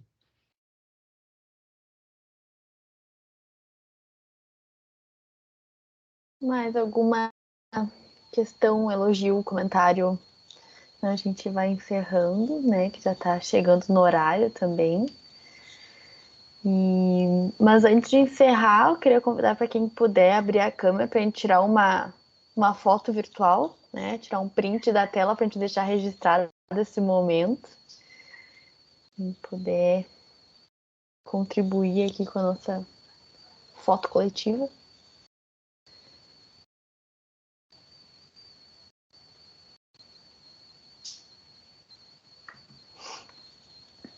E aí, nesse exato momento, meu Teams travou, claro, como sempre. Agora eu tô vendo. Opa. Tirar vários prints.